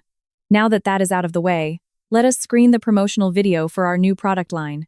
As the massive screen lit up, Harrison's attention was suddenly drawn to the front row. He saw his Uncle Arthur furiously typing on his phone. Arthur looked intensely agitated, sweat dripping down his forehead. A dark sense of dread curled in Harrison's stomach. He quickly pulled out his phone and texted Eleanor's assistant. "Watch my Uncle Arthur. He is acting erratic today." The assistant did not reply. The press conference proceeded smoothly.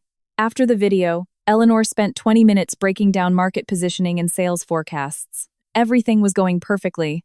Then came the final segment, the Q&A. A reporter stood up and asked, "Miss Sterling, can you disclose whether Sterling Enterprises will undergo a major overhaul of its supply chain?" Eleanor smiled. "Yes, there will be changes. We are already in negotiations with several new top-tier suppliers." Suddenly, Arthur shot up from his seat and screamed, "You are lying!" The entire room gasped. Every camera violently whipped around, lenses focusing dead on Arthur. Arthur pointed at the stage. "The supply chain was built from the ground up by my brother, Richard. If you want to change suppliers, you need board approval." Eleanor stood on stage looking down at her uncle. Her expression didn't change. She simply narrowed her eyes. "Uncle Arthur, do you have objections to the supply chain adjustments?" "Excellent.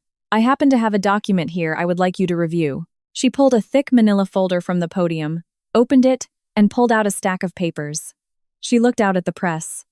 Inside this folder is the complete financial record of Mr.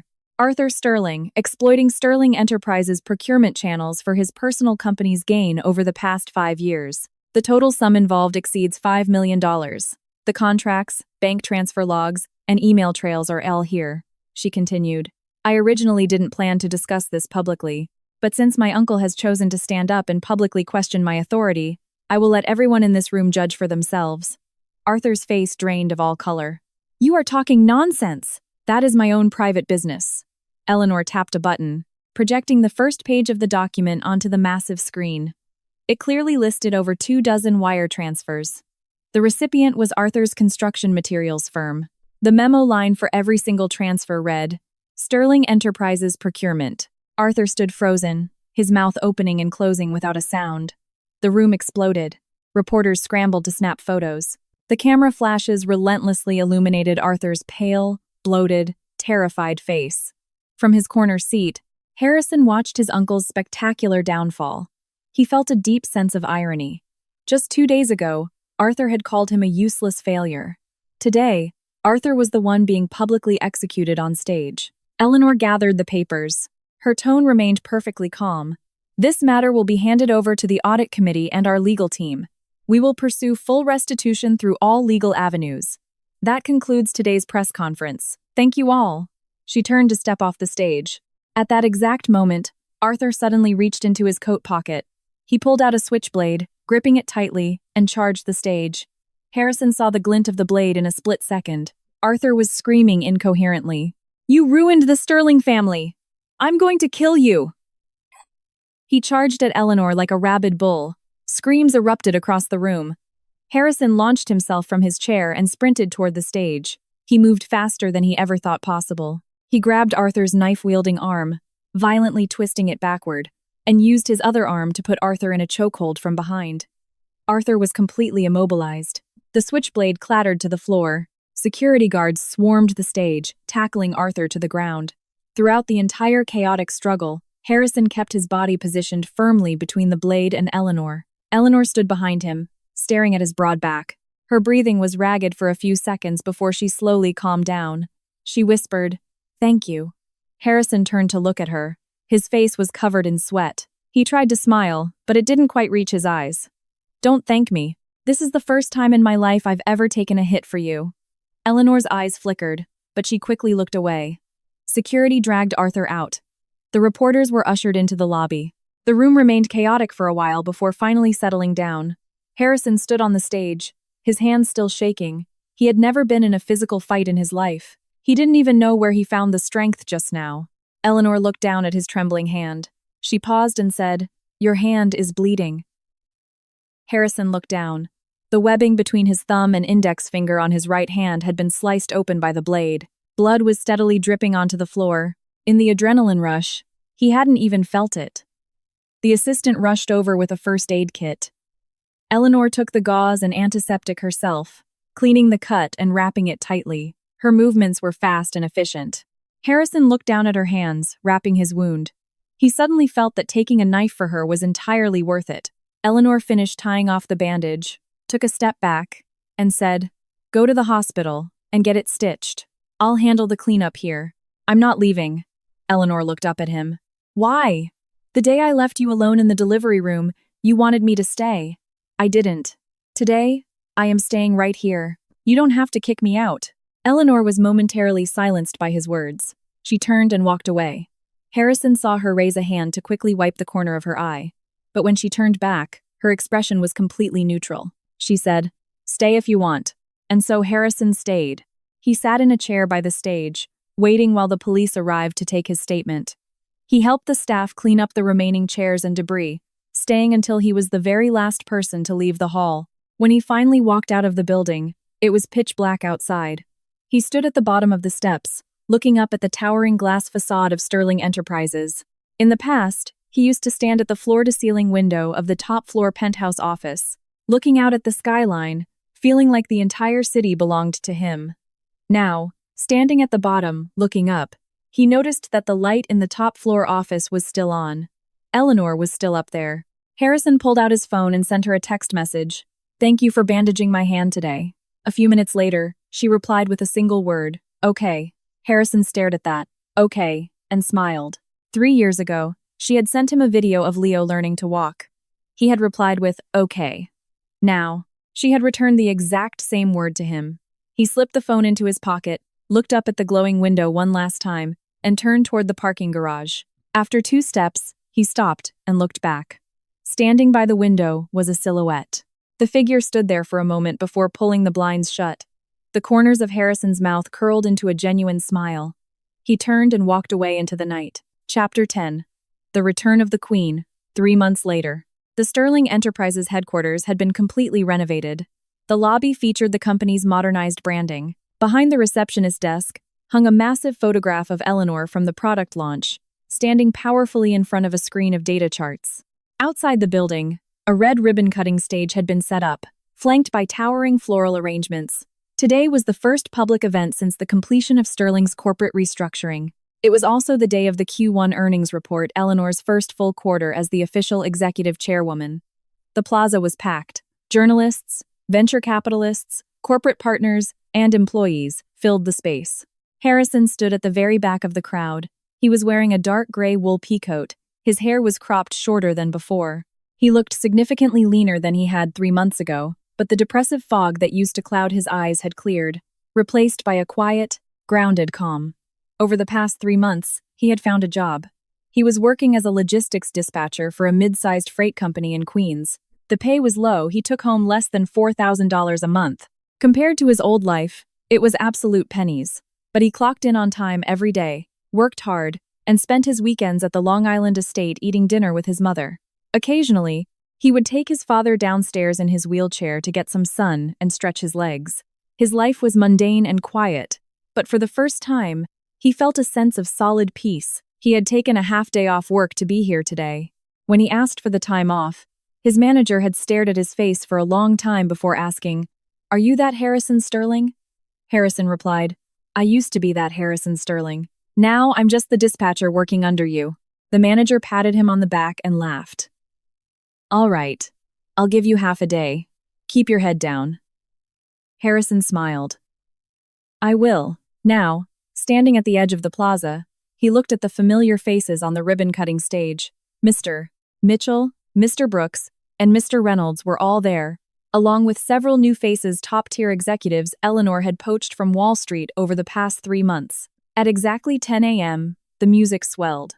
Eleanor walked out the front doors. She was wearing a stunning, tailored crimson suit, the skirt ending just above her knees, paired with matching heels.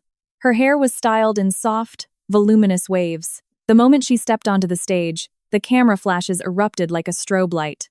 Harrison watched her from the back of the crowd. He felt that this woman was more radiant and commanding than in any memory he had of her. Standing next to her was a tall man. Harrison recognized him instantly, Julian Hayes. Julian wore a sharp black suit and held a microphone, serving as the MC for the event. Watching the two of them stand side by side on stage, Harrison didn't feel the violent, gut-wrenching pain he had felt 3 months ago. That pain had dulled into a faint, lingering ache like a scar that occasionally itched but no longer bled. After Eleanor gave her speech, It was time for the ribbon cutting. The red ribbon was pulled taut, and several people snipped it simultaneously with golden scissors. The crowd erupted into deafening cheers and applause. Afterward, Eleanor stepped down from the stage to shake hands with the VIP guests. Harrison originally planned to just watch from a distance and leave quietly, but Eleanor's gaze swept over the crowd and landed precisely on him. She paused, excused herself, and walked straight toward him. The crowd naturally parted to let her through. Harrison stood completely still. Eleanor stopped in front of him, looking him up and down. "You lost weight. Work is busy." "Dieting." Eleanor gave a small smile. "Does a dispatcher job really work you that hard?" "Don't underestimate it. Dispatchers have a lot on their plate." Eleanor looked at him and said, "I'm glad you came today. I promised I would. I don't break my promises anymore." They stood in silence for a few seconds. Suddenly, Eleanor reached into her pocket, pulled out an envelope, and handed it to him. Harrison took it, opened it, and glanced inside. It was a cashier's check. He counted the zeros. He looked up at her, confused. "What is this? The audit case against you is closed. We recovered about $5 million from your Uncle Arthur's assets. The remaining $2 million. I paid it off for you. You can pay me back slowly. I'm in no rush." Harrison held the check, stunned for a long time. "Why would you pay off my debt?" Eleanor looked away toward the skyline. Her voice was very soft. "Because you took that knife for me at the press conference. I owed you that much." Harrison looked down at the massive sum on the check, then looked back up at her. The corners of his mouth turned up into a smile. "I don't think I'll be able to pay you back in this lifetime. As long as you know, just pay it back slowly." She turned to leave, but after 2 steps, she looked back. "By the way, Leo is here today. He is playing backstage with Julian. Do you want to see him?" Harrison's heart skipped a heavy beat. "Am I allowed to?" "He wants to see you. Over the past 3 months, he has asked me where his dad went at least 3 times. Harrison's eyes instantly welled up with tears. He fought to keep his voice steady. "Then I want to see him." Eleanor led him around the building to a private green room backstage. Inside, Leo was sprawled over a small table, furiously coloring with crayons. Julian sat next to him, sharpening pencils. When Leo looked up and saw Harrison walk in, his eyes lit up. He dropped his crayon, ran over, and threw his arms around Harrison's legs. "Dad!" Harrison dropped to his knees and pulled the boy tightly into his arms. Holding this tiny, soft body, he felt that every single ounce of suffering he had endured over the past 3 months was entirely worth it. Leo rested his chin on Harrison's shoulder. "Dad, why haven't you come to see me all these months? Mommy said you were working. Is work that busy?" Harrison's voice was thick with emotion. "Yes, very busy. But from now on, Dad is going to come see you every single weekend. Is that okay?" "Okay. Then next time, you have to take me to the park to see the ducks." "Deal. We'll go see the ducks." Eleanor leaned against the doorframe watching them. Her expression remained composed, but the light in her eyes wavered slightly. Julian walked over to her and whispered, "What are you going to do?" "We'll see. I'm not in a rush." Julian smiled. "All right. I'll wait for your we'll see." Harrison stood up, holding Leo. He looked at Eleanor. "I signed the divorce agreement. I will pay back the money.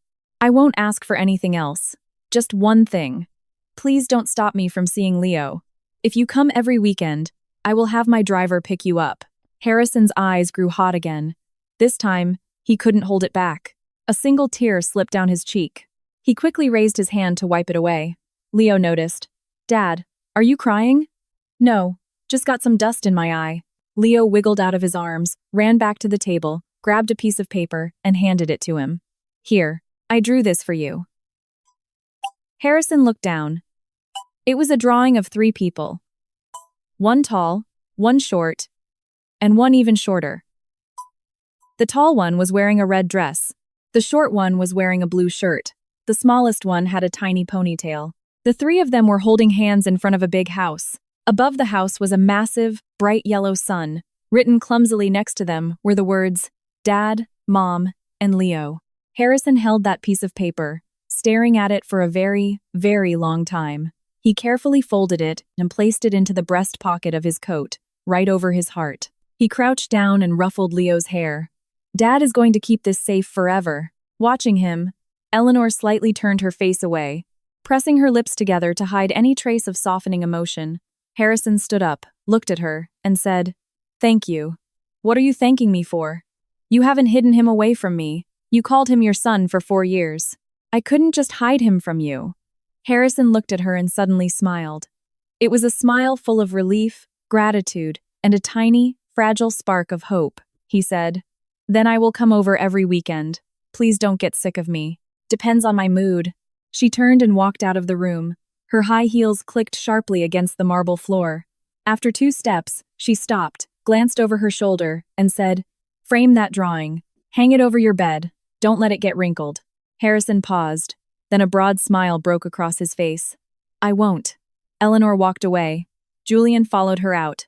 The green room was left to just Harrison and Leo. Leo went back to the table and picked up his crayon. Without looking up, he said, "Dad, I'm hungry. What do you want to eat?"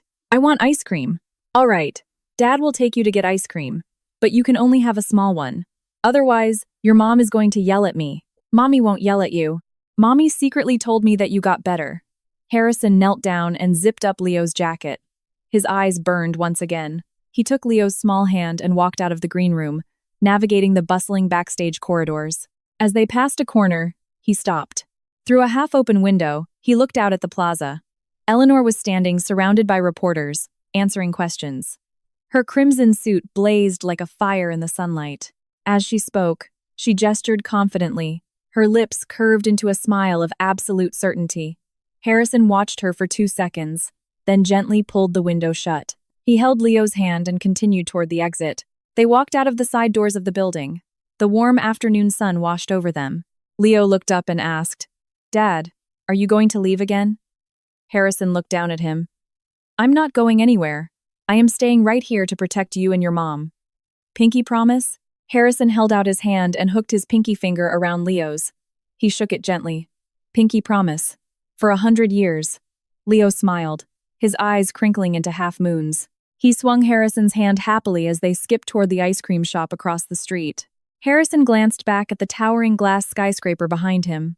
The windows of the top-floor executive suite reflected the sunlight. He thought he saw a flash of crimson standing by the glass, looking down. He raised his hand and waved toward the window. The silhouette by the glass paused, then slowly, gently raised a hand in return. Harrison turned back, tightening his grip on the small, soft hand holding his, and strode confidently forward into the bright autumn sunlight.